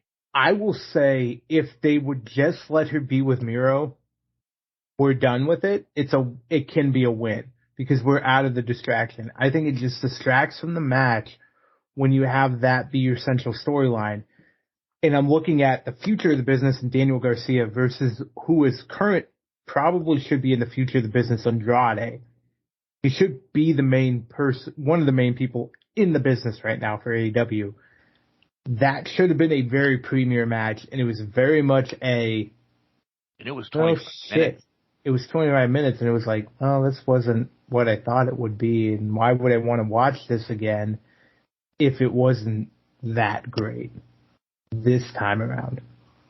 I almost would have wanted Andrade to squash Garcia, but then that wouldn't have done anything for Garcia just coming off with a great match with MJF. Right. Exactly. I understand that part. I do, before everybody jumps on either one of us. It still could have been Garcia doing something or whatever, or he gets squashed because of CJ. She also did nothing in the match. Which is telling me it should not have been Andrade versus Daniel Garcia. Right. This should have been a squash match for Andrade to push the storyline forward with CJ in that. What the hell is his name? Action Andrade or whatever. Action Andrade, who ended up coming out later in the night. He was there. Have him come out, get smacked around real quick, be done with it. It just didn't make any sense. Listen, I know you're building up Nick Wayne. I'm going to shit on Collision, by the way. Just an FYI. I know you're building up Nick Wayne. Why are we burying Dalton and the boys? Like, why would be like they should be your ROH 6-man champs instead of Mogul again. Mogul, yeah. I don't understand why they're burying the Peacock. The Peacock had a match against Eddie this past week in tribute to Brody Lee. Yeah. I haven't watched the match, but you're not putting him in the ROH title picture without having him be at some sort of high level. But you put him on TV, and bury him to an 18-year-old. Yeah. What the fuck? The favorite part of that match? Dalton's entrance, like it should be. I agree. That's all I got out of that. Yeah. Roosh and Dralistico against Workhorsemen. Man, I don't want Roosh in a tag team either. I don't either. Like, the Workhorsemen are growing on me because I know they're pushing them down our throats, but they're a great tag team. They're doing their part. They're doing what they need to do to push these guys over. To your point, Roosh needs to be the leader of the faction. Dralistico and Preston, that's your tag team if you're going to force a tag team on us. Right. House of Black wants the tag titles now. Everybody wants tag titles. Doesn't matter. House of Black, FTR, you get a fucking tag title, you get a tag title. And Julia wants a TBS title. More on that then. We digress. We digress. Roddy Strong against Darius Martin. They were chanting next strong at least. I know, and I have to give props though, because I just saw a clip on Twitter today, or the X. Roddy Strong's out there playing wheelchair basketball, or playing basketball in a wheelchair, really living up this gimmick. So, hey, this match might have done nothing for me, but at least you're living up the gimmick in real life. Before things unravel, but we'll get there in segment 3, because I'm on this horse now. Yep. Tony Khan. Yeah. Corn. I love corn. I miss that kid, by the way. It's the great lumberlocks. It's got the juice. It's got the juice. Before I start, Tony Khan and the missing Bryan Danielson. Missing eye, he Bryan will Danielson. be at All In 2024 in London. I'm like, if this is the only fucking announcement you're making, I was going to be pissed. I'm like, you can't say that. No. Because it was literally the day before Bryan Danielson's not going to be at WrestleCade. Okay. And that was in January they announced this, and look, we're in November. You have to stop making these promises. Yeah. Like, I don't want anything to happen to Danielson. Mm-hmm. It wasn't supposed to happen that he couldn't fly to Pittsburgh or WrestleCade or possibly Erie 2024 watch for Danielson. You can't, and he's like, he's going to be there. He's going to be a main focal point. It's just too much. It's too much, but it's also, they've let the cat out of the bag.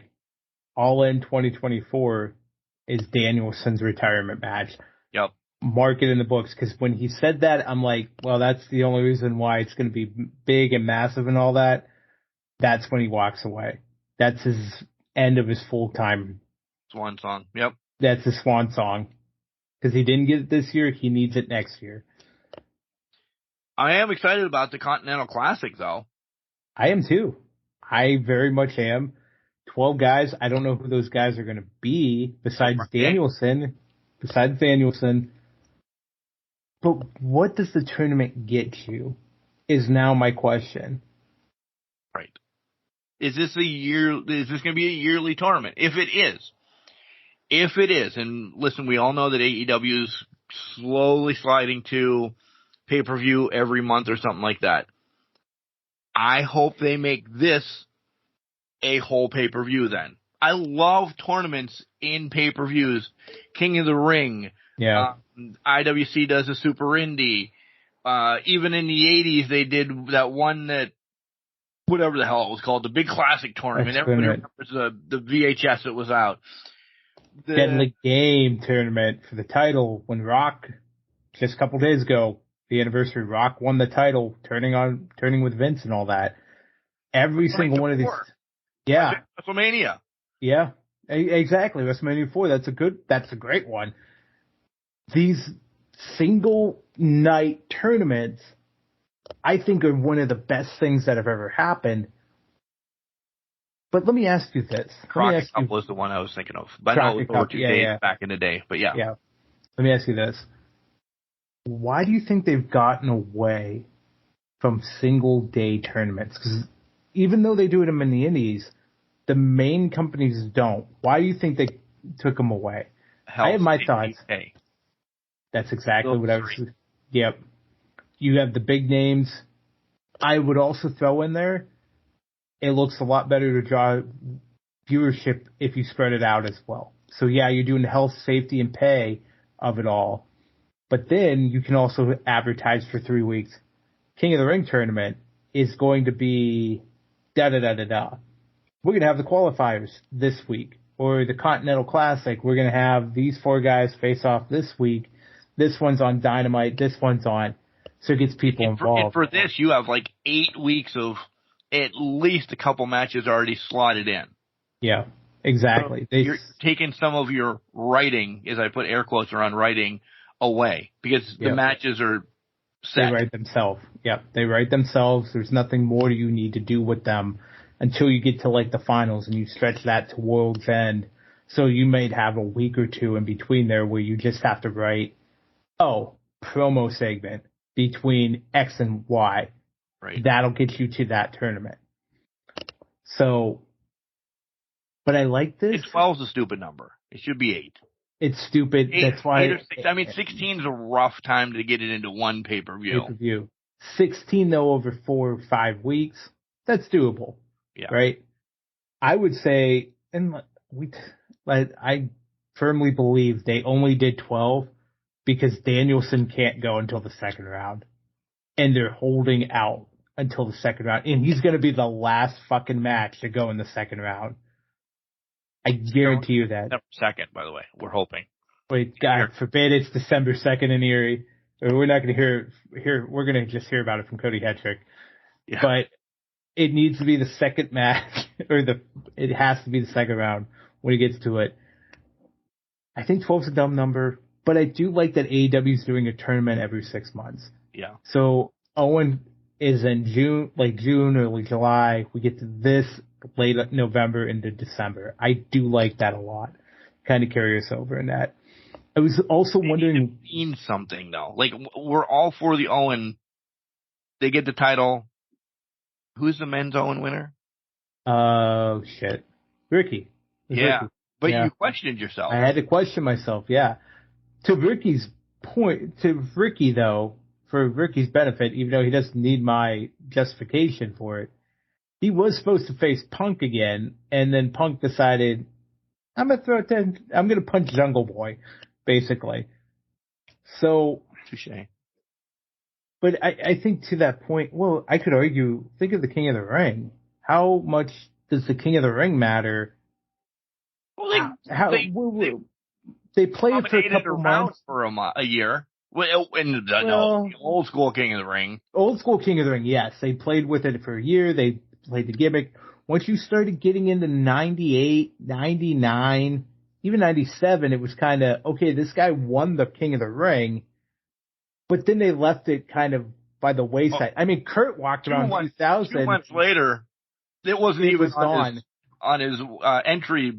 Well, yeah, and then talking about 99 is a perfect example. Billy Gunn, once he got buried by The Rock, it was over, done with at that point. Kurt at least played it up for a month that he's the king and da-da-da-da-da, and he had a crown and all that stuff. But, yeah, once you lose that, it's kind of like, so now it's, what does this mean? You know what I mean? How do you make it mean something again? Continental Classic to me is going to be looped around the International Championship, I think. I could see that. But I think if you have a lot of main event players well, no, you know what? That's a good point. It could be around the international title because if OC beats Mox, not giving away spoilers yet, if OC beats Mox, you've basically beaten one of the main event level guys. So there's only really one way for that title to go. You have to continuously face that upper echelon, at least at pay-per-views. So if it's not Mox, it's got to be Hangman. But if Swerve beats Hangman this time, then it's Swerve. You know what I mean? So there's that play in there, and then there's history between. There's so much at play there. You're stepping into that next level with it, which I think is good for the international title. Oh, I do too. Julia versus Willow. Sky's watching the back. Julia gets a win. More advances. Yeah, more on that. Hobbs versus that guy. Dude, they didn't even fucking say this guy's name. I didn't know. At least in the other tag team match we're going to talk about here in a second, they said their names. Oh, I have no idea. This guy got decimated, but it was just so Hobbs could stare at Paul White the whole match. Paul White. Yep. Exactly. The Righteous and Archer, which, by the way, we shit on all of them all the time. Jake the Snake with the Righteous and Archer now. If Archer stays for a hot second, I kind of love these guys. I want the Righteous Archer against the House of Black yesterday. I want this to be a team really bad. With Jake all the time, though. They fucking made it work. Even if Archer leaves and goes to Japan, give me Jake with the Righteous. Yeah.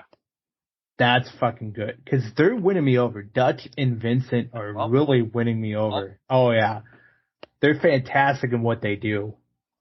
By the way, they lost against Sting, Darby, and did it, but well, yeah, they had to get the enhancement in there for this weekend's match. Also, if you guys watched Collision last night, Christian is starting off the show for Collision as we're recording. So shit, yeah. Well, you have both shows on right now. Yeah, but I'm behind, so SmackDown isn't on apparently on mine, anyways. What? I don't know what the hell's going on. I have Fox on. By the way, college football only starting at 9:00 tonight. Not that. Well, there's college basketball on. Yeah, I know. It's the Shriners Classic and all that, which I'm good for. Trust me. As soon as NCAA football comes out, they best be working on one of other two games.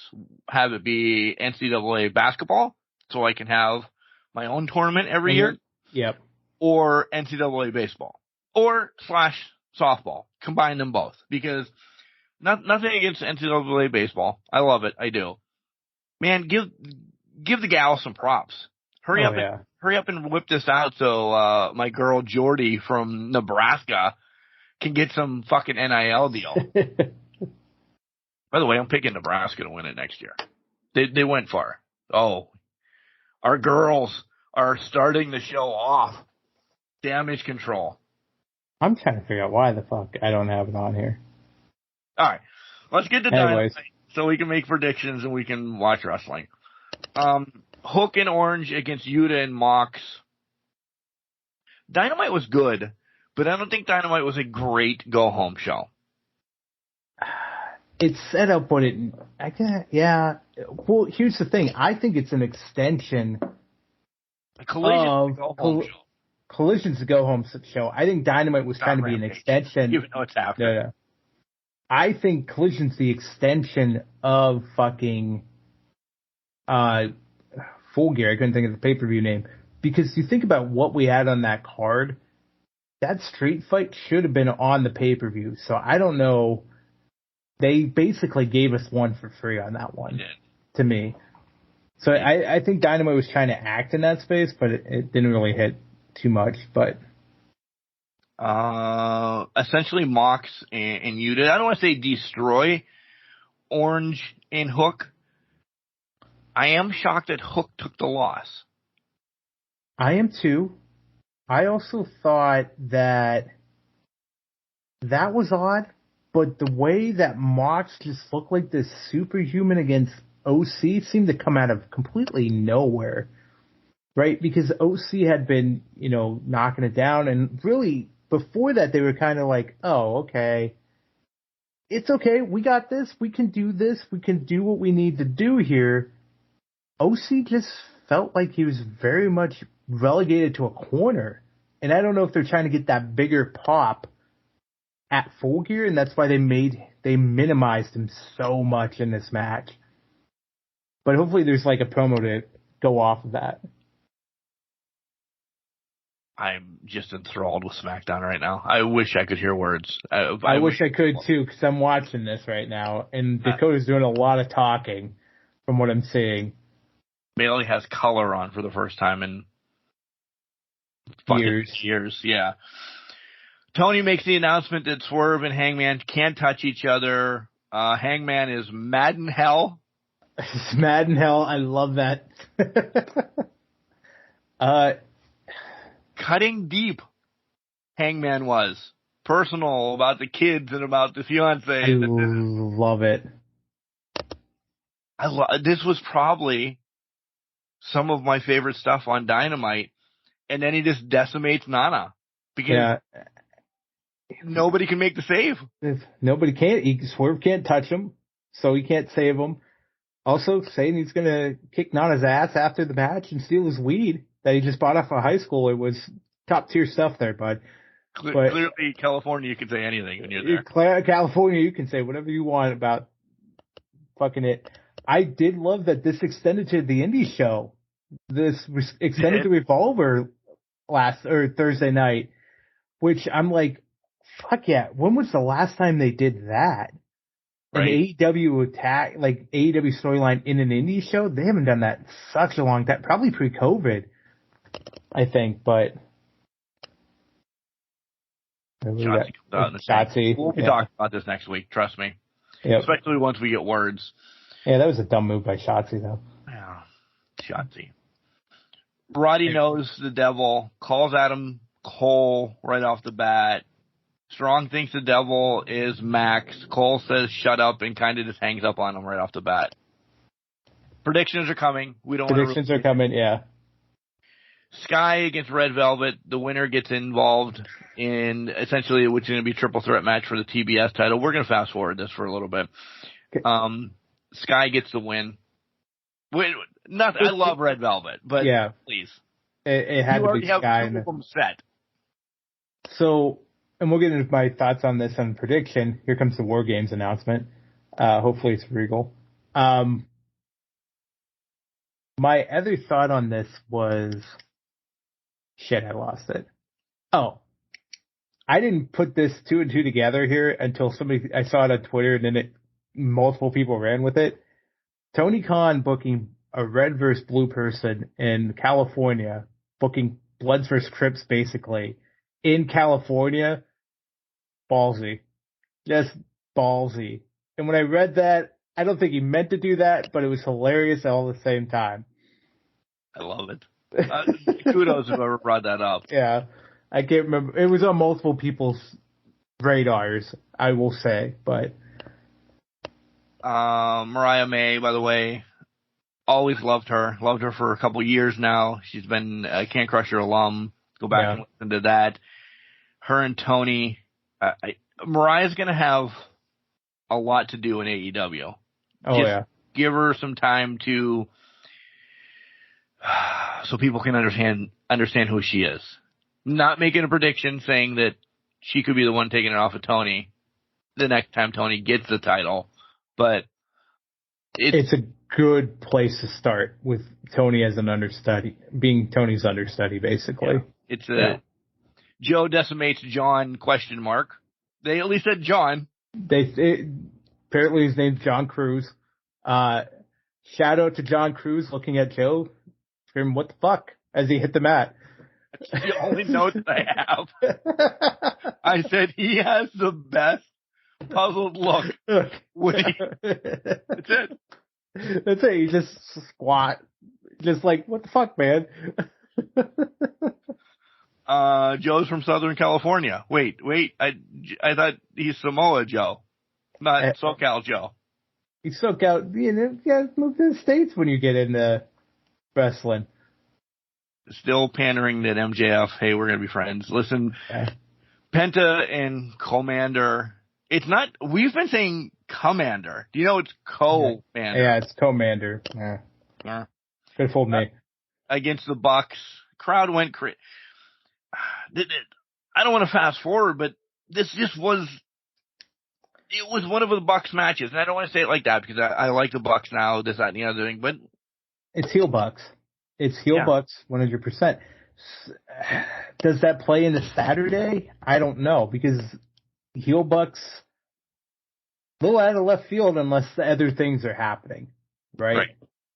So it's interesting to see. By the way, best Judas effect I've seen in 3 years. I agree.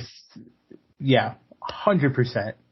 So Penta doesn't take the loss, though, which I think is interesting because I think that kind of carries the storyline of the Lucha Bros can beat the Young Bucks. The Young Bucks can't beat the Lucha Bros. So whenever Rey Fenix is back, we have a storyline built in for whenever the tag titles, if there's still have a tag team opportunity, there's still a storyline there. Commander took the loss, which I think was very Key. meticulously done, and it was a great piece of storytelling there.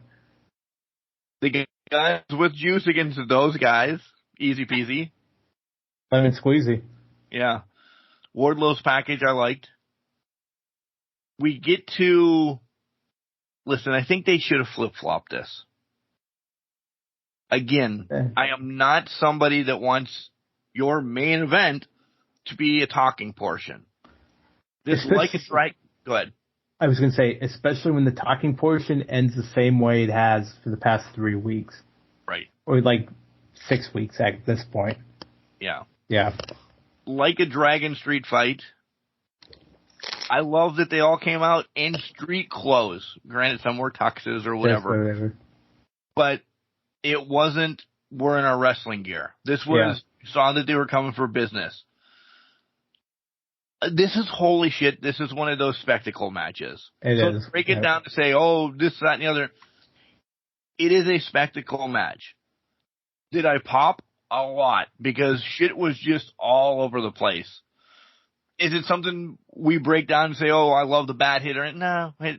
You either love it or you don't. Or you hate it. Yeah. That's 100%. I liked it a lot. I'm not going to say I loved it, but I liked it a lot. But we just said like it. Loved it or we like it. We want it. We want some more of it. Whatever it is, like it, love it, want some more of it. But yeah, right. I think the biggest takeaway. There's a couple things. There's a couple things here. Will Hobbs is fucking strong as shit. If he's throwing Paul White onto cars, right? Paul White looked like he could barely move 2 weeks ago, and now he's taking a spot on a car. Shot of Viagra, what happens? Yeah, I know, right? Shot of Viagra, you're lit up, ready to go. The second thing is, hey, Ibushi, I love your spirit. The pipe was fantastic, was hilarious. Pipe on the bike was hilarious. I was wondering how they were going to bring this bike into it. But then him trying to get in the ring with the shovel at the end of the match, after everything was done, picturesque. I love that he's now all elite, too, and that's the takeaway. Yeah. And he's not the superstar, the world's best wrestler that they were alluding to is going to sign a contract tonight when you guys are listening. As you guys are listening to this. Spoilers. The spoilers have already been out there. Too. Yeah, we'll make a prediction, but spoilers already leaked out there. So, but pretty nice get if that's the case for two big stars in a row in the same week. Right. Pretty nice. And then MJF, he's afraid he's going to let us down. Jay comes out. He gets decimated. He has no friends. Rinse and repeat there. Yep. All same thing over and over again. From the beginning of this whole thing to now. I have a prediction on what I think is going to happen, but we'll get there in the next segment. Which is in about 30 seconds. Holy shit. Hey, this is Mariah May, the glamour, but you knew that. And you're listening to Can Crushers. Welcome back, everybody, to Can Crushers Wrestling Podcast. Fuck, that was loud. That sounded a little bit like Macho Man. Sorry about that. But I was trying to get the Kool-Aid Man, because I'm the Kool-Aid Man now, according to the Dawn here. I'm sorry that was loud, but you had to get the ass behind it on that one. You got the ass behind it. Let me tell you, I love that by third segment I can put my notes away, and I love to just phones put away, everything. It's just writing time. Yeah. You have to pull everything up now. So I got everything up. We're good. Listen, I'm invoking it. It's no more because I throttled you and I let you go, or you peacefully decided that you didn't want to come on the show and crash through your fucking bathroom wall about Crown Jewel. Yeah. I was perfect. You were perfect. It's time for that 6-pack to come back home to daddy. No, it's perfectly fine calling me daddy right now. That's all it's doing, you know. The downfall is, like, this is one of the pay-per-views that anything can happen. Mm-hmm. You don't know. I think I'm going to be taking some swings in this pay-per-view. Yeah. Excuse me, but it'll be interesting. Awful, by the way, after some beers, I have a Coke now, vanilla Coke. I dabble with vanilla Coke every once in a while. We keep those in the house because Junior likes those. Okay. Yeah. It's not the same with the beer, but I have to be nice. I have a long day. You have a long day of smoking cheeses. It's going to be a big day. Pepperonis. So, pepperonis and that. All right. Oh, it should start with 0 hour. So the first match on Full Gear, MJF and a mystery opponent that we're pretty sure is who we think it's going to be versus the Guns. What you got? Well, you're taking Joe. Let's just throw that out there. Joe's coming out to save him, right? I think it he has doesn't come out with him. He comes out late in the match to be, and MJF accepts him at that point. After MJF has gotten a 2.9 count on him, he looks in the corner and he sees that Joe's there. He really only wants to make the tag to take a quick refresher. Yep. And Joe comes in full dose. Decimates. Yep. And MJF and Joe retain. Yep. That's literally how I see it too. So. I'm just putting MJF. That's fair. And if it's not Joe. Yeah. Or the pot. Whoever this partner is, I don't have MJF losing these titles yet. I don't either, because I don't think if he loses the titles to the Guns, it tells a story later on in the night that he probably could lose it to Jay White. I don't know, but I completely agree. I don't think he's losing these yet, but I think it's close. Oh, yeah. Oh, yeah. Damn it, it keeps sounding like Macho Man. This is why Moochie has rubbed off on me too much. As long as you don't start sounding like Christopher Walken, you're okay. Have you ever heard the story about the Foo Fighters? Maybe we'll get him on in a couple weeks. I'm just saying, they taught Christopher Walken to put the emphasis on fighters, so it was Foo Fighters instead of actually Foo Fighters. Yeah, right. So I always love that story. Anyways, I digress. Fatal 4-Way Tag Team Title Match.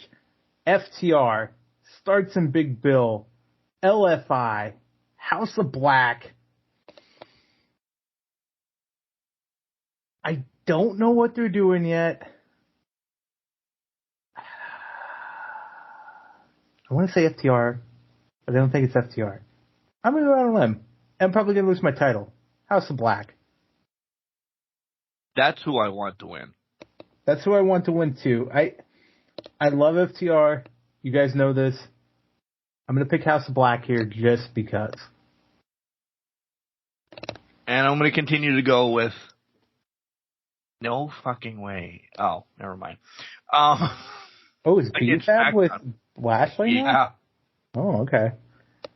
I still think it's too early for FTR Young Bucks to do that match. So if I say FTR, I'm going to give away my later right off the bat.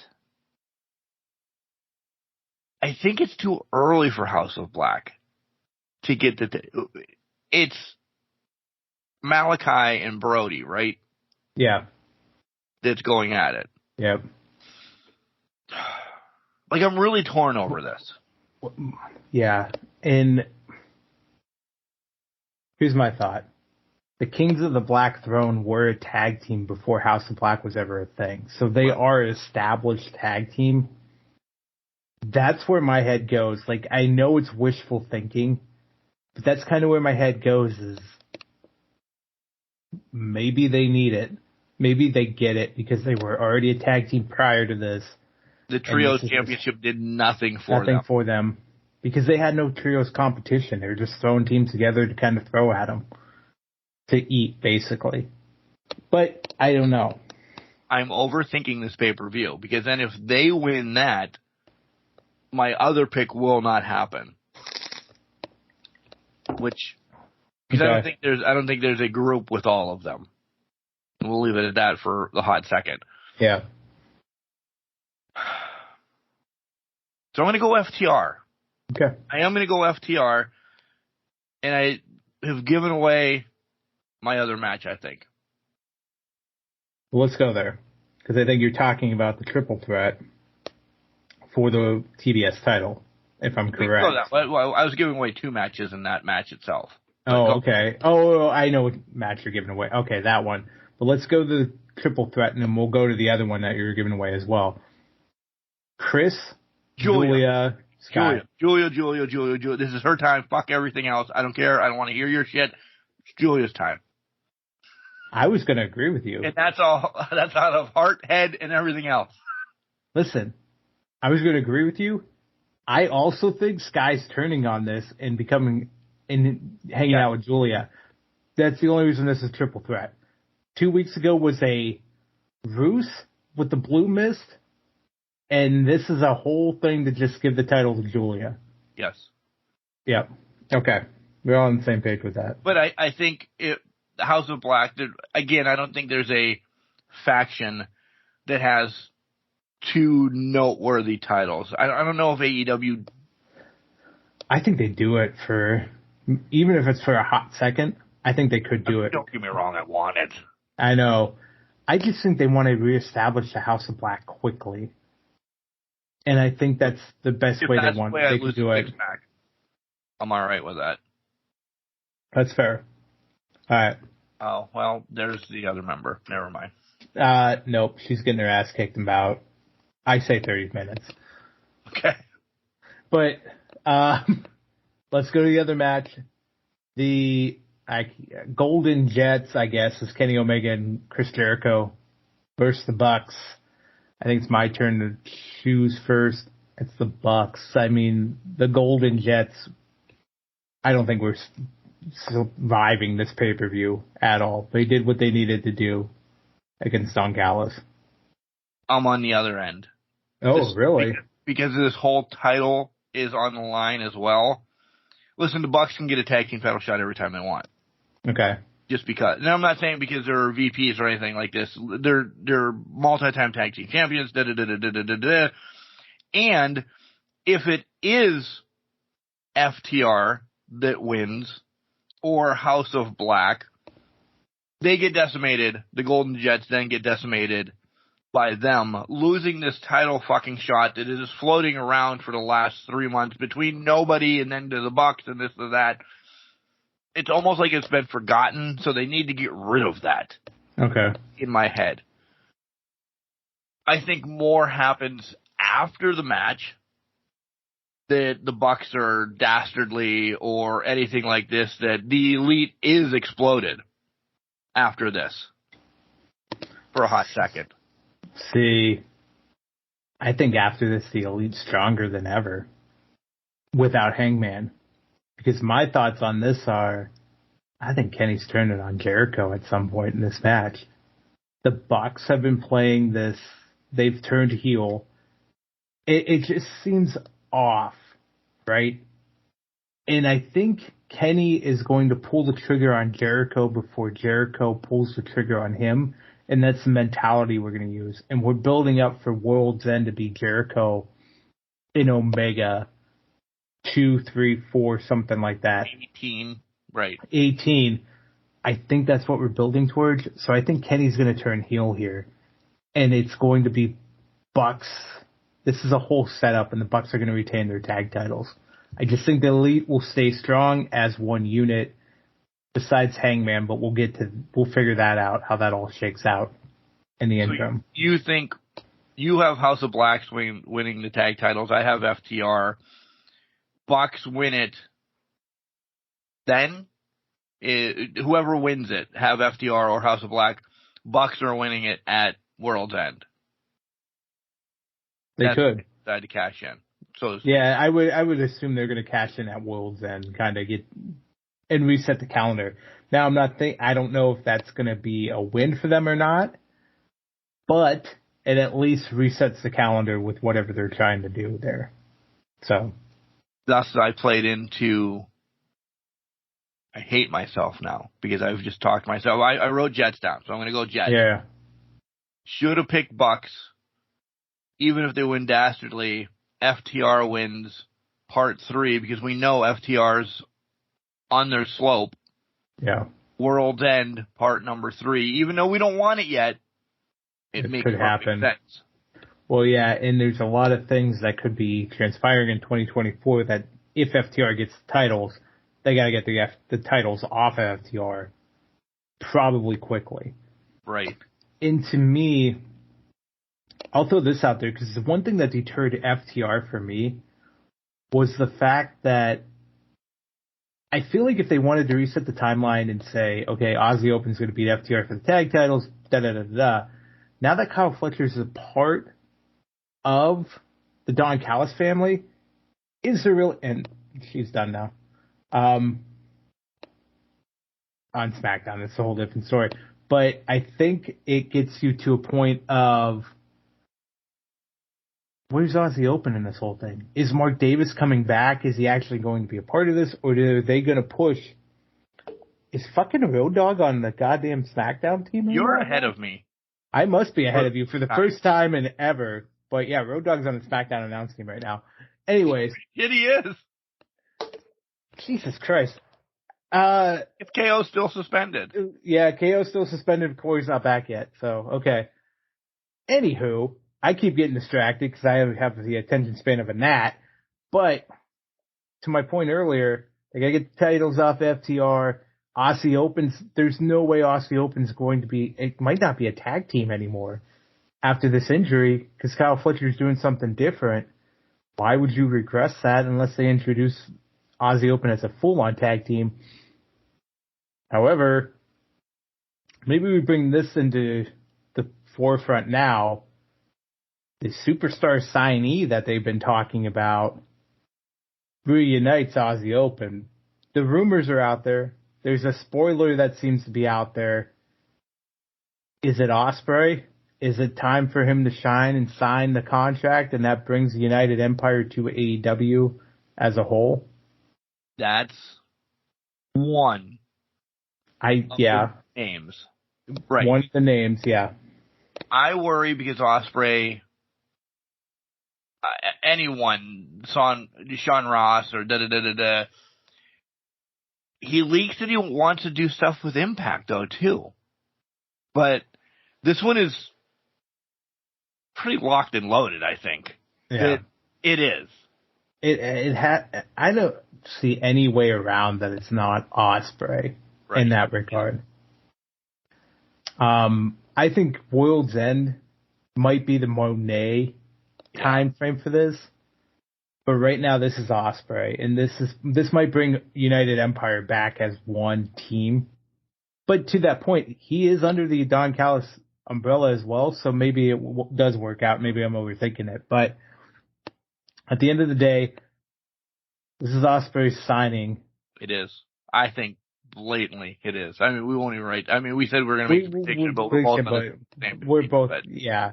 And honestly, this is probably AEW's best signing. Every fucking Wednesday, Friday, Saturday. I put him on Mondays just to talk. I don't care. Let him run. Let him run and cook. Chef's and I wanted to, as much as we love people that we're going to talk about here in this near future, I wanted to blow up everything. Yeah. Like, this is a major reset for the company. And I think it's going to play into that World's End. he's going to blow up every single thing that you thought you had in the company or that you thought was going forward in the company. We think we know. Everything's resetting. Excuse me, because let's put it this way. We have a belief that MJF did resign a long time ago. But they haven't communicated that out yet. World's End is going to be built up to be probably an MJF will he, won't he situation. Right. And I'm not saying that's playing into what happens in the main event, but Will Ospreay could play into World's End somehow, someplace, sometime. Big. So, big time. So we'll see what happens, but we'll get there when we get there. We got a month. We got a month and a half, yeah. All right. Anyways, we've digressed a lot. Right. I have the Jets, you have the Bucks. Yeah. Let's go to the trios match. Sorry. Cage, Lucha, Nick Wayne, Copeland, Darby, Sting. This has to be one of the easiest ones on the card because it's going to be Adam Copeland's debut win. Yeah. Team Copeland for both of us. Is it sad to say with the legends in this match that this might be the bathroom break? It definitely is going to be because it seems like it has been for a lot of it. I know they can talk a big game. A lot of them do. There's just not much to this match besides we're getting Adam the win here so he can face Christian at World's End. And that's what I want to see. That's what anybody wants to see. Stuff. No, they just wanted to extend it out to the end of the year to kind of get it the space that it needs to breathe. Oh. Who in the fuck is this guy? He's been on NXT. Okay. Axiom. For those Mark doesn't know, Dragon Lee's about to wipe the floor with this guy. Anyways, let's go women's title. Sheeta or the timeless one, Toni Storm? I think it's Toni. I think it's Toni because she'll have a match at World's End, and then she has a Monet problem. Yeah. And if work together, I think it leads to the next big pay-per-view. I agree. I think Monet is the big problem at the end of the tunnel, but I think Toni beats Sheeta here to get it off of her so she can deal with the Monet problem. Mariah May is going to be involved in this somehow, and it's going to be an apprentice level to overtake Toni Storm, but that's layers upon layers. That's months out. A year out. The next Toni run. Yeah. So right now, the Monet problem's a month and a half away. She gets it off of Sheeta, and we're going to see the AEW Women's title in black and white for a little bit. I'm okay. Basically. I'm okay with that, too. Luther still freaks me out, though, in black and white. Luther freaks me out a lot, but maybe we're going to get less of him with Maria May taking over a little bit more. Damn. But we'll see what happens. Mariah May, whatever. Same letters, just an H on the end. Anyway, I'm not making any friends with her anyway, so that's fine. Yeah, right? Not making friends with her? I would love to make friends with her, but obviously if I'm pronouncing her name wrong, she's going to want nothing to do with me. So I get she's an understudy now, but she will not want anything to do with me anyways. Anywho, I'm going to save one of the other matches. We're going to go OC and Mox for the international title. The second one, I'm going OC, but I'm not confident in it whatsoever. Not at all. I'm taking Mox. This is, I know we've beat this a little bit. That this is kind of that reset that for the title that we've been waiting for when they swapped and he had to drop it and Fenix got it and OC got it back, and I don't think we bring this back around if it doesn't mean something down the line. And I think it means something, again, with this whole Continental Construction Tournament or whatever the hell it's called. I forgot already. That's how my brain works. I don't know. I think this leads to Mox Danielson in the end. Interesting. Could. Listen, do we think Danielson's not winning this tournament first and foremost? I would agree. He's probably going to win this tournament. But we put it as it's going to be something for the international title. Nobody else has, just us. Let me throw this out at you, though. OC versus Danielson, I think, is the first time ever. So if OC finally overcomes the Mox Hill, which I think is what they were trying to build up on this Wednesday randomly, that they hadn't built up before this. Well, I guess they kind of did when Mox wiped the floor with them. But if OC conquers Mox like we thought he would before the whole Mox injury in September, then I think it comes to Danielson is that ultimate BCC member you have to conquer, that hill you have to conquer. And for us, Danielson is on a tour, his year swan song. He could beat OC at World's End or the week after World's End, and then at Revolution lose the title back to OC to give back to OC, or OC could just beat him. It depends, but I think this gets us OC Danielson because it extends the BCC fight. Because remember, OC... I don't have Danielson in the BCC anymore. Well, that's fair, but they haven't said he's not. Right. And I want to point out this. Technically, Bronco's still a horseman then, too. That's fair. But going off of that, though, OC and Okada were the ones that claimed to have broken Danielson's orbital bone. He gets Okada at Wrestle Kingdom, does Danielson. When's he facing OC? He's got to avenge that. So that has to be later in the month of January. And what better way to do it is win the Continental Tournament title, whatever the hell that tournament is called, and then win the international title off of OC. To me, this is Danielson OC is going to be the next match, and that's when I think Danielson beats OC for the title.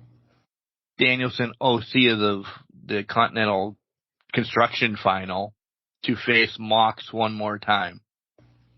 I like it, but I don't think OC's in the tournament. Because I think OC has the international title. Well, but I agree. I get where you're going with that. OC's dropping it. I know. We're getting to the same match, it's at different points. One's to end the tournament to get back to Mox. For you, mine is Danielson's just winning the tournament to get back to me. And it could be flip-flop.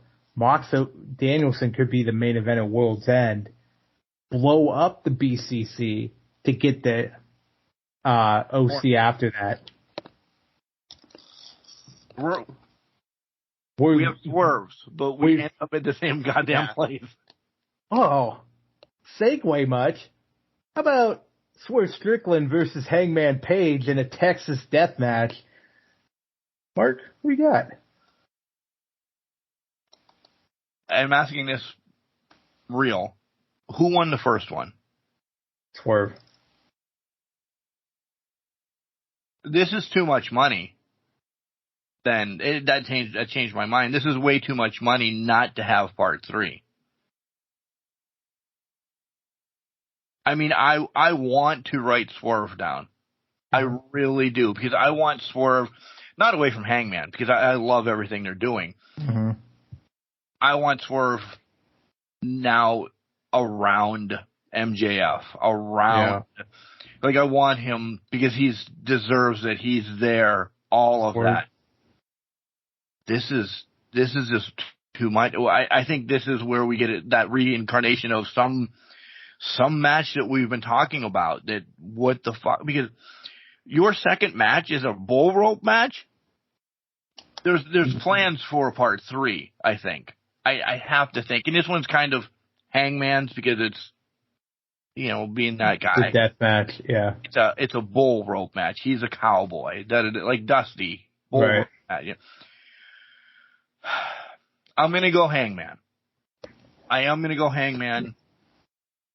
because I want a part 3. And if that loses it for me and Swerve wins, I'll buy you another 6-pack. But, yeah. It's not losing it for you because I'm going Hangman too. Because this is Hangman's, it's a Texas death match. This is Hangman's win. And to me, you're not going to let Hangman lose a match after a man broke into his home and he's got so much emotion invested in it. This is going to be a bloody, drawn-out brawl. My thought is, what's at World's End that's going to be different than a Texas death match? That's more extreme than a Texas death match. Is it a cage? I don't know. AEW has proven cage matches can be more lethal, but at the same time, they can be kind of hokey. It depends on how you do it. Is it lights out? Well, you can do everything in a Texas death match versus what's in a lights out match. Right? Right. So, how would you take it to the next extreme? This is the dangerous one. I'm going to Hangman here because I think Hangman should win this. But I also sit here and think, I wouldn't be surprised if they pull Swerve winning 2 in a row. I know. But then, this feud really isn't, even if Swerve wins 2 in a row, I don't think it's over. Oh, it can't be over. I think because this man's still fighting for his family. Mm-hmm. He will not give up. So what would be the extreme match? Because here's the thing. At World's End, there's got to be something that's just a catastrophic fucking spectacle. You have death in this match, though. You know, if we're going to play up words and everything, death is in this match. What is more than death? Exactly. And I thought, up until this week, my thought of this match was it was straight up just Swerve and Hangman 2. That was it. Street fight, maybe. But they went full Texas death match. There's nothing past Texas death match. Unless they're planning for an exploding barbed wire match that actually explodes this time. And I'd be alright with that. I would be too. Because we're sadists, and that's what we like. Anyways. Yeah, I'm called that in the play, by the way. I'm called a match sadist. Yeah. Oh, look at you. Getting on that dark side, huh? Yeah. Christmas Carol, to boot. Yeah, hey. Well, sadist, who's winning the AEW World title, MJF or Jay White? Listen, I don't have Jay White winning. This was kind of a little bit of a, let's try it out. I honestly don't think it worked. Long term, it didn't work. The last couple of weeks, even, what was it, like 3 weeks ago, we're like, oh, Jay's actually coming within himself or whatever. Yeah. And I understand they're doing all these things, hey, and we all have thoughts, and you're going to go first on thoughts. Devil, this, that, and the other of coming around Joe, Wardlow, Roddy, just throw them out there, Cole. The list goes on, and it doesn't make sense at World's End, 2024 max. This was nice for Jay. Mm-hmm. It's MJF. Agreed. It's MJF. I do want to say, what the fuck is Wardlow doing? You're not watching this. No, I'm not. He had a swanton and somebody powerbombed and swanton him. On that guy? That guy. It's that guy. Yeah. And he's going back powerbomb. Anyways. So nobody's going to convince me otherwise. The devil is Adam Cole. Yep. And Roddy and his minions are part of this. And Wednesday, if you're paying attention, had a keen eye, he pointed at Adam Cole when he said he is the devil, just to kind of play into levels. It's at World's End when the turn happens. Because whether or not MJF is the guy, is staying or whatnot, perfect ending. MJF World comes crashing down at a pay-per-view called World's End when his best friend turns on him and claims he's the devil. we're going to have a couple weeks of him and Acclaim going back and forth on who fucking did it, who's the devil. We're going to play this up a little bit. There's going to be a fatal 4-way probably for the title. MJF's going to escape with it. And then Adam Cole's going to fucking obliterate him to obscurity, and then he's going to get attacked at World's End. Yeah. That is how this is playing out right now. Roddy, when the question was about the devil, and Roddy said, "You're the devil," No. Adam didn't answer. No, he didn't. Just hung up. Gotta go. Gotta see you bye. Now, to be a dick, because I'm a dick, it probably has not been Cole underneath the mask. Oh, not since. With yeah. And all that. Yeah. It could be, maybe it really is Roddy. That's the same body type. Or maybe it's me or you or what. Yeah, Kyle or somebody. Yeah. Right. But the big reveal, it's Adam Cole. It's Adam Cole, baby. And the devil show up on this show. Maybe to strike MJF, but we're not going to get a reveal. No. I think the devil shows up only via promo or Jumbotron. Agreed. And points towards the ring when MJF's the only one in the ring. In the ring, yeah. Kind of throw people off, try to defer, yeah. So that he truly has no friends at all by World's End. When he retains somehow, then it's revealed that it's Adam Cole coming after him and da-da-da-da-da. Yep. It's too perfect not to do. And I know people have been throwing, oh, it's CM Punk. Da-da-da-da. It's not CM Punk. It's never been CM Punk. This is not, they're not playing that game. CM Punk just posting on his Instagram with devil horns and that, fuck with you people. It's just to fuck with you people. That's all it is. He probably gets paid for tweets and stuff and everything like that too. Listen, he understands how to work social media. He knows what he's doing. And he knows he's showing up in Chicago at Survivor Series. Yeah. But we'll get there when we get there. But, yeah, the devil's in the details, and the details have been very heavily laid this past week. They really have. They really, really have. And I'm excited. I hope I'm not too snookered up today to watch. Oh, wow. LA Knight, Jimmy Uso. I hope I'm not too snookered up to watch this live. If not, I have to pull the replay Sunday morning prior to, I was going to say church, prior to play practice, or I should go to church and all of that, especially I should go to church after tomorrow. You have a lot going on there. By the way, on Collision, they said the FTR came out. It's Dax versus Ricky. They put Dax Harwood. They put Dax the Axe. I thought that was an interesting. Wow. That was his name on the lower third. So I thought that was interesting on that one. Getting the old singles competitor run getting started for Dax. Yep. Dax the Axe versus one of LFI right now. I don't know if it's Roosh or not. We got who's dressed to compete? Roosh. Whew, what a match. Yeah. Can't wait to talk about that next week. I know, right? What do you got going on this week? This week is a lot of traveling for the holidays, obviously. I got some work going on this weekend, getting the house in order, trying my best. Cat's out of the bag anyways. You guys have known. The hints are there. If you've been paying attention, Kimberly's moving in, obviously, so